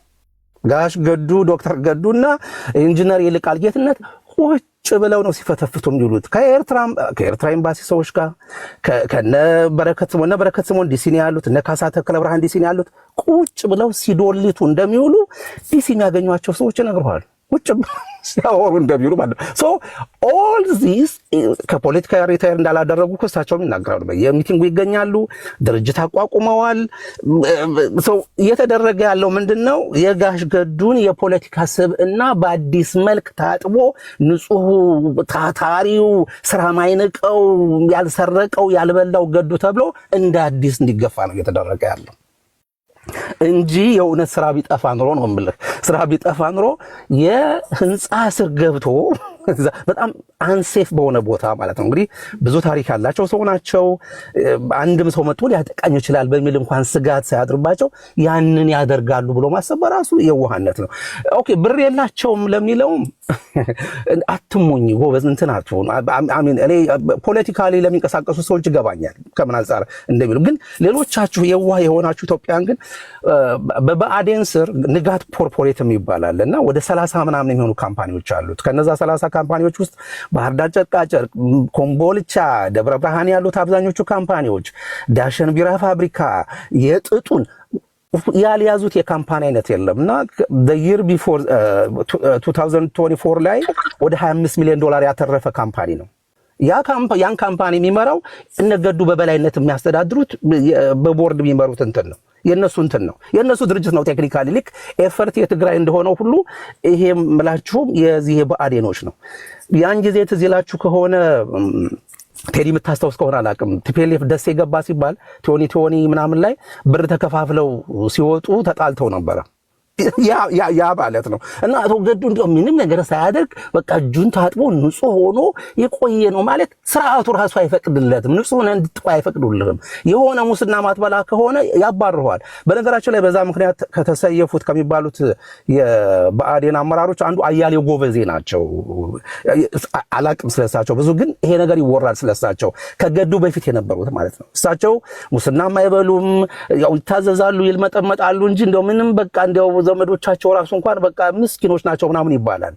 ደመቀ መኮንን የሳቸው ምክትል ሆኖ ቋራ የሚባለውን አካባቢ የጎንደር አካባቢ ፈርምና ስጥ ሲባል ፈርሞ ሲሰጥ እሳቸው አልፈርምም ሲሉ ደመቀ መኮንን ስለፈረመ መለስ ዜናዊ ወስዶ ምክትል ጠቅላይ ሚኒስትር አደረገው ምናምን ሁሉ ይባላል እና አባይ ፀሐዬ ምናምን በነበሩበት ጊዜ ማለት ነው። ከሳቸው ውጭ ሌላው በሙሉ ቅርጥፍ አድርጎ የበላ ነው። አትዘናጉ። ጋሽ ገዱ የአብቁተ የአማራ ብድርና ቁጠባ ተቋም አሁን ጸደይ ባንክ የሆነው የሱ ቦርድ ሰብሳቢ ነበሩ 2 ዓመት። የባንክ ቦርድ ሰብሳቢ ሆነ አይደለም የአንድ ተራ ድርጅት ቦርድ ሰብሳቢ ሆነ እንኳን የምታገኘው ያለ ኮኔክሽን ብድር ስታስፈቅድ የሚገፋልህ ኮሚሽን። እኔ እንደዚህ አይነትማ እኮ ቅዱስ መሪዎች አማራ ካሉትማ እኮ ፋኖ እኮ መሳሪያውን አስቀምጦ እኮ ወደ ቤቱ እኮ ነው መመለስ ያለበት። በቃ አቶ ገዱ በዚህ ልክ ቅዱስ ተደርገው ከተሳሉልንማ ሌሎቻችን ሌላው ምን ይሰራል? ኤኒዌይ ሶ ቴዲ ዶክተር ገዱ ከፖለቲካ ሪታይር አላደረጉም። የፖለቲካ ዓላማ አላቸው። ጽምዶውን በዲያስፖራ በደንብ እየገፉበት ነው ያሉት። እንዲያውም ሌላ አንድ ኮንስፓይሬሲ ልጨምርልህና ኮንስፓይሬሲም ካልከው ወይም ኮኢንሲደንስ በለው፣ በፖለቲካ ኮኢንሲደንስ የሚባል ነገር የለም ይባላል። እዛ እንትን ውስጥ ከመስራት ጋራዥ ውስጥ ከመገኘታቸውና ካቀራረጹ ከምናምን በተጨማሪ ቪዲዮ የወጣበትን ቀን ደግሞ አስበው። ቪዲዮ የወጣው መቼ ነው? ልክ እስክንድር ነጋ ያንን ቪዲዮ እንዳወጣ ማለት ነው። ኤግዛክትሊ ደግሞ ተሳክቷል። በነገራችን ላይ ባልተሳካም ልላችሁ አልችልም። ምክንያቱም ያ እንደወጣ ሶማሊያዊ የሆኑ የቲፒኤልኤፍ አክቲቪስቶች ዩጋንዳዊ የሆኑ የቲፒኤልኤፍ አክቲቪስቶች ሁሉ የጽምዶ ምናምን አራማጅ የሆኑ የቲፒኤልኤፍ አክቲቪስቶች ሁሉ ትዊተር ላይ ያሰራጩት ያሉት this is a typical leader በአፍሪካ የሚያስፈልጋት እንዲህ አይነት ወሪ ነው ምናምን ያሉ ትዊተሩን አጥለቅልቀውልሃልና ይሄ በራሱ ዝም ብሎ የሆነ ነገር አይደለም በቃ አርበኛ እስክንድር የተናገረው ነገር እንዲደበዝዝ ተፈልጎ በዚህ ቀን ይወጣ እና በዲያስፖራ የጽምዶ አምባሳደር ያደረጉት ነው እንጂ እኔ ሌላ ነገር ነው ያላስብም እና ሌላ ነገር እንትን አስፈላጊ ከሆነ የሚታዘንላቸው ብዙ ስላሉ ለነሱ ዘኑ በመጨረሻ አንድ ነገር ልበል ቴሪ ዛሬ አንድ ሰው ያሁን ሶሻል ሚዲያ ላይ ያየሁትን ነው ምነግርህና ከእንቅልፌ ስነሳ በጣም አስቂኝ ማኔን አስቆኛል ከእንቅልፌ ስነሳ እስክንድር ቀሎብኝ ገዱ ከብዶብኝ ያገኘውና ደነገጥኩ ገዱ ዛሬ ያማራ በቃ እንቁ ሰው ሆኖ እስክንድር ነጋ ደግሞ ያማራ ተሳዳጅ ይወገር ይወቀጥ ይገረፍ የሚል እንዲህ አይነት ፖለቲካ ነው እየተሰራ ያለውና ዶክተር ገዱ ፖለቲካቸውን ሰርተዋል ይሁንላቸው በሌሎች ጉዳይ እንደ ሌሎች ሰዎች መሆን ከፈለጉ ግን እርግጠኛ ነኝ መሆን ይችሉ ነበር እነ ዶክተር ሊያ ስራ ይዘዋል ሃርቫርድ ዶክተር ሊያ የጤና ጥበቃ ሚኒስትር የነበረችው ሃርቫርድ ውስጥ የአንድ እንትን ዳይሬክተር ሆናለች በራሷ መንግስት አይደግፋት ምናምን እነ ዶክተር አሚር ምናምን ወርልድ ባንክ ውስጥ የሆነ የካንትሪ ፕሮግራምስ ሊድ ሆነዋል ስለዚህ እንዲያው በዛም ለማለባበስ አይሞከር ለማለት ነው እውነታው ግን ወደኔ የሚያመዝን ወዳልኩት የሚያመዝን ይመስለኛል ቴዲ በቅርቡ ደግሞ እናየዋለን ለማለት ነው ታንኪው ይሄ ነው የፖለቲከኛ ተቀዳሚ ተግባሩ የሆነ ቦታ ቦምብ ፈነዳ ከተባለ ፖለቲከኛ እንደ ማዳም ቅመሞች መሆን የለበትም የማዳም ቅመሞች ፖለቲካ አቁም ማለት ሳይሆን የዋዎች ናቸው የማዳም ቅመሞች በዚህ አጋጣሚ በጣም ነው የምወዳቸው የምድራችን ጨው ናቸው ፖለቲከኛ ከማዳም ቅመሞች መለየት አለበት አሁን የኛ ሀገር ፖለቲከኞች ከማዳም ቅመሞች አይለዩም ብዙ ጊዜ ታውቃላችሁ ፈነዳ ጨረሰው ነው ምንለዋል ጨረሰው ለምን ፈነዳ ለምን በዚህ ሰዓት ፈነዳ እንዴት ፈነዳ ማን ያፈነዳው you should have at least እያንዳንዱ ፖለቲከኛ እኮ at least አንድ ጉድ ኮንስፓይረሲ ቲዮሪ በኪሱ ሊኖረው ይገባል ከዛ በመነሳት ነው መተንተን ያለብን የሆነ ነገር ሲሆን ኦኬ አስቀድማችሁ በኪሳችሁ የምትይዙት የሆነ ቲዮሪ ሊኖር ይገባል የኮንስፓይረሲ ከዛ በመነሳት የተለያዩ መላምት ትሰጣላችሁ ከሆነ ይሆናል ካልሆነ ደግሞ አይሆንም አሁን የአማራ ስትሮንግ ትክክል ነው ምናምን እያልኩኝ ሳይሆን ወይ ሐሰት ነው እያልኩኝ ሳይሆን ኦኬ ከዚህ አንግል ለካ ይታያል በዋዛ የማታየው ትንታኔ ለካ ከዚህ አንግልም ሊሆን ይችላል እንድንል ያደረገን ነው ለዛ ነው የቲክቶክ ላይ ያሉ ፖለቲከኞች በነገራችን ላይ ቲክቶክ ላይ ያሉ ፖለቲከኞች የትም አታገኟቸውም ኢትዮጵያ ምድር ላይ ያሉ ፖለቲከኞች ቤስቶቹ ያሉት ቲክቶክ ላይ ነው በነገራችን አምሶሪ ዩቲዩብ ላይ ያላቸው ወዳጆቼ ዩቲዩብ ላይ ሱፍና ከረባት አስረ ነው የምትመጣው ይሄ አደገኛ ቦታ ነው ይሄ ፓርላማ አታገኟቸው ኢትዮጵያ አታገኟቸው ትክክለኛ ፖለቲከኞች እዚህ ቲክቶክ ላይ ያሉት እሺ አማራ ስትሮንግን ከልብ ነው ማመሰግነው እስኪ ወደ ቴምር ደግሞ እንሂድ እስኪ ቴምር ደግሞ ይተዋንን ኮምክመው ቴምራችን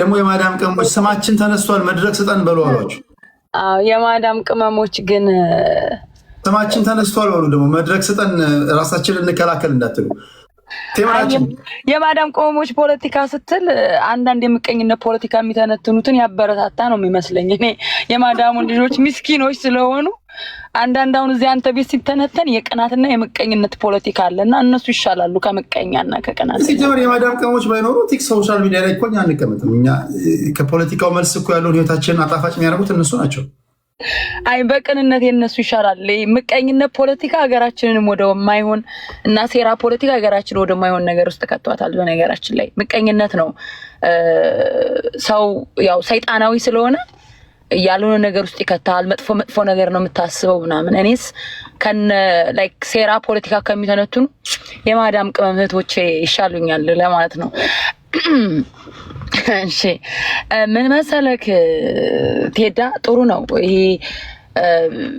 እዚህ አሁን አንተ ገስት ላይ አንዳንዶቹ ሲተነትኑ ያየሁት ያው በጣም አማራው ነው አማራ ጠልነትን ቢያንስ እንኳን ይሄ ሰውዬ ገዱ የሚባለው ሰውዬ ከሌሎቹ እዛ ቁጭ ብለው ከሚያስገድሉን ከናገኘው ተሻገር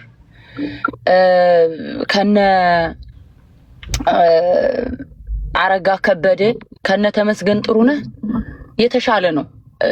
ሊመሰገን ይገባል። ያው አማራው እኔ አሁን እንደው አንዳንድ ሳይ ሁሉም ሳይሆን በጣም በቃ አማራን የሚጠላ የራሱን ወገን በቃ አላምጦ አኝኮ ለበቃ በልቶ ለመጣል የሚያስብ ኃይል አለና ያንን ነው አሁን አንዳንድ አማራዎች እዚህ ጋር ሲተነትኑ ያየሁትና ሶ ቴንኪው እንደውም ሊባል ይገባ ነበር። እኔ በነገራችን ላይ አንድ ቪዲዮ ሰርቼ ስለሱ የቪዲዮ በነገራችን ላይ የኦሮሞ ተወላጅ ነው ዳንኤል ዳባ የሚባል ልጅ ነው የፖስተው ቪዲዮውን ስላየሁት ነው የመጀመሪያ ፖስቱን ሰድቤው እንደውም ብሎክ አድርጎኛል። እኔ ቀድሜ ስክሪንሻት ምናምን ስላደረኩት አሳያለሁ። ያዋረርከው መስሎ ነው ወይ ቪዲዮ ከመስራቴ በፊት በጣም ቪዲዮውን ሳየው የሆነ ደቂቃዎች ውስጥ ፖስቶት እንትን አለኝ የሆነ ነገር ተሰማኝና ያዋረርክ መስሎ ነው ምናምን ይሄን ፖስትከው ምናምን ብዬ ሰድበው ብሎክ አደረገኝ ልጁ። አካውንቱን ስክሪንሻት ምናምን አደረኩትና እንደውም እኔ ፔጅ ላይ ቫይራል ወጥቷል። የልጁን ፎቶ ሁሉ ፖስትቸዋለሁኝ መጀመሪያ የፖስተው ልጅ ምንድነው ሰውየውን እጎዳለሁ ያለ ሰው ነው የፖስተው እንጂ አሁን እዚህ ጋር ላይክ ገና ገዱ ወደፊት የሆነ ቦታ ላይ ሊመጣ ይችላል ተብሎ በመቀኝነት ተንሶርሱረው እንደሚተነትኑት አይደለም። ልጁ እየሳቀ በሳቂ ሞጅ ነው ጭምርም ነው የተፖስተውና እኔ ያንን ንግግሩን ስላየው ሰውየው በተንኮል እንደዚህ የሆነ የሱን ስም ግንባታ ለመገንባት ምናምን የተፖስተተ ነገር አይደለም። አንድ ኢንፎርሜሽን እኔ የፖስተትኩት ቪዲዮ ላይ ቫይራል ወጥቷል። ቪዲዮዬ በጣም ብዙ ሰው ነው ያየው እና በውስጥ መጥቶ አንድ ሰው ምን አለኝ፣ ቴምር የገዱን ታሪክ አንድ ነገር ልንገርሽ አለኝ። ሚስቱ ታሞበት የጡት ካንሰር እንደው ማወቅ ስላለብሽ ነው ማሳከሚያቶ ገጠር ሄዶ ወሎ የገጠር መሬት ተሽጦ በዛ ነው የታከሙት።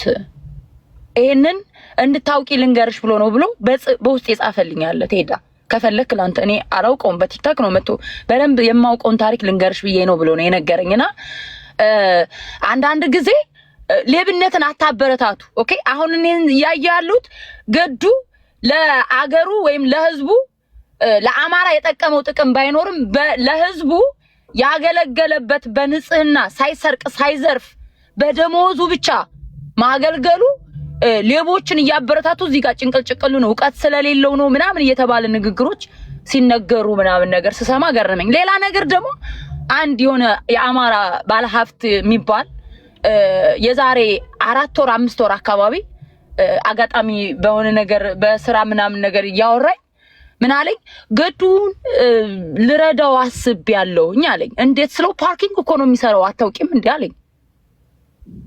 ይሄ ነገር እኔ ቀድሜ ነው የሰማሁት ፓርኪንግ ውስጥ እንደሚሰራ ማለት እና የቪዲዮ ሲወጣበት እኔ ሰርፕራይዝ አልሆንኩም። ገብተዋል አይደል? እና አንዳንድ ጊዜ ነገሮችን እነዚህ ያለ ዝርፊያ ለሀገራቸው ያገለገሉ የየትኛውን ብሔር ተወላጅ ሆኑ ኦሮሞም ይሁን ትግሬ እንደገዱ አይነት ሳይዘርፉ ሳያጭበረብሩ በቃ ሀገራቸውን ስላገለግሉ ብቻ ቴንኪው ልትሏቸው ይገባል። እዚህ መጥተክ የስም ግንባታ ነው ምናምን እያልክ ጽምዶን ምናምን እንትን እያለ ነው ምናምን እያልክ ገና ወደፊት የሚያሳስቡክ ስልጣን ላይ ሊመጣብኝ ነው ወይም ስልጣን ሊጠይቅ ይችላል። የሰውዬ እርግጠኛ ነኝ ስልጣን አይጠይቅም፣ ግን ባለው አማራን እንዳስቀየመ ለህዝቡን ዋጋ እንዳስከፈለ ስለሚያውቅ ቢያንስ ይችን ያለችኝን እድሜን እንኳን እንደው አማካሪም ሆኜ የተወሰነ ነገር ከልምድ አድቫይስ እያረኩኝ ህዝቤን ላገልግል ብሎ ያስባል ብዬ ነው ማስበውና እኔ ቴዳ አንዳንድ ንግግሮች እንደው እኔ በቃ የቅንነት የጎደለው በጣም በምቀኝነት ያበደ የሰከረ ኃይል አማራን የሚጠላ አይነት ትንታኔ ሳይ ነው የሰውየውንም የተወሰነ ኢንፎርሜሽን ስለተነገረኝ ከ4 ወር ከ5 ወር በፊት የተነገረኝም ነገር ስላለ ፓርኪንግ እንደሚሰራ ትንሽ ደበረኝ። ለዛም ነው የገባሁት እና ቴንክ ዩ ቤተሰብ አይዊሽ አንዳንድ ዙር ባስኬዳችሁ ግን ከሰዓታት በኋላ ስለመጣ በጣም ነው የምወዳችሁ ማከብራችሁ። ተፈቅዶልኛላችሁ በዚህ ውቋቸውና ብንሰነባበት ወይ ነው ማውራት የምትፈልጉት አለ ግን ከተወሰነ ሰዓት በኋላ በሰፊው ስለመመለስ ምን ይመስላችኋል ብንሰነባበት? እሺ ቴዲ አመሰግናለሁ። መልካም ቀን። እግዚአብሔር ያክብርልኝ። እሺ ሁላችሁንም ከልብ አመሰግናለሁ። ዩቲዩብ ላይም ያላችሁ በጣም ስለደከመኝ ነው። ከሰዓት በኋላ ከአሉላ ሰለሞን ጋር እንገናኛለን። ከዛ የጽምዶን እኔ ላይ ግን ዱላ በዝቶብኝ ነበር። በስምም ተነስቼ ነበረ ቴዲ ራሴን ክሊር ማድረግ ይጠበቅብኝ ነበረ። ላይመቸኝ ይችላል። ስራ ላይ ቢዚ ነኝ እኔ ከሰዓት በቃ ላይመቸኝ ይችላል። በኤንቨሎፕ ላክልኝ በደብዳቤ። ብቸኛውም ትግራዋይ እዚህ ያለሁትም እኔ ነኝ። ባይዘው አብዛኛው መወር የምር አይ ዱላ ቀርሽ እኮ ነው። አካሄዱም ታስተካክላለህ ብዬ ጠብቄ ነበረ። አካሄድ ብዬ ማቆም አልፈለኩም። ጊዜ ትሰጠኛለህ ብዬ ስላሰብኩ ነው። አብሽር የት ሄዳል ሳሚያችን? አለን እንደ ጉድ ይተነተናል። አንድ 4 ደቂቃ ያስፈልገኛል። እኔ ጊዜ ያስፈልገኛል ሆነ ለመናገር ለሁሉም መሰሰል አለብኝ። ሳሚ ስም የተነሳሁት በስም ተነስቼ የተደበደብኩት ፌርሞን አለብኝ። ሳሚያችን የሌባ ልጅ የተባልኩት እኔ ነኝ። ቴዲ እያወቅ ከሰዓት በኋላ እንገናኛለን። እሺ ቴንኪው ሁላችሁ። ለአንተ ከሰጠው ለሁሉም መስጠት አለብኝ። እሺ ቴንኪው። ሰላሙ ነው። የሌባ ተባባሪዎች ግን እንደዛ ማለት ያናደኛል በጣም። አመሰግናለሁ። እሺ ቻው አፍሪካ፣ ቻው ተስፋ።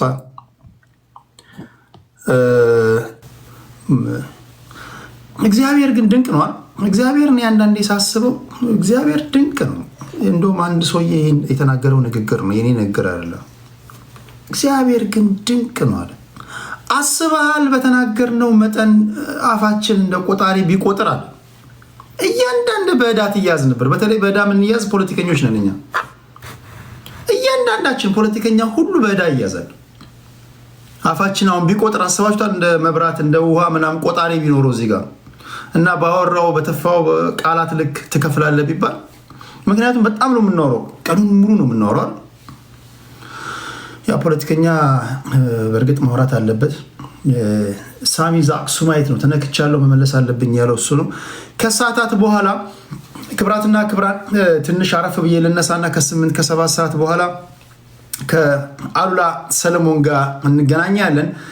የጽምዶን ጉዳይ አስመልክቶ እናወራለን። ይሄው አቶ እስክንድር ነጋ ለምናቀርብለው ጥያቄዎች መልስ ለመስጠት ፈቃደኛ ስለሆኑ እናመሰግናለን።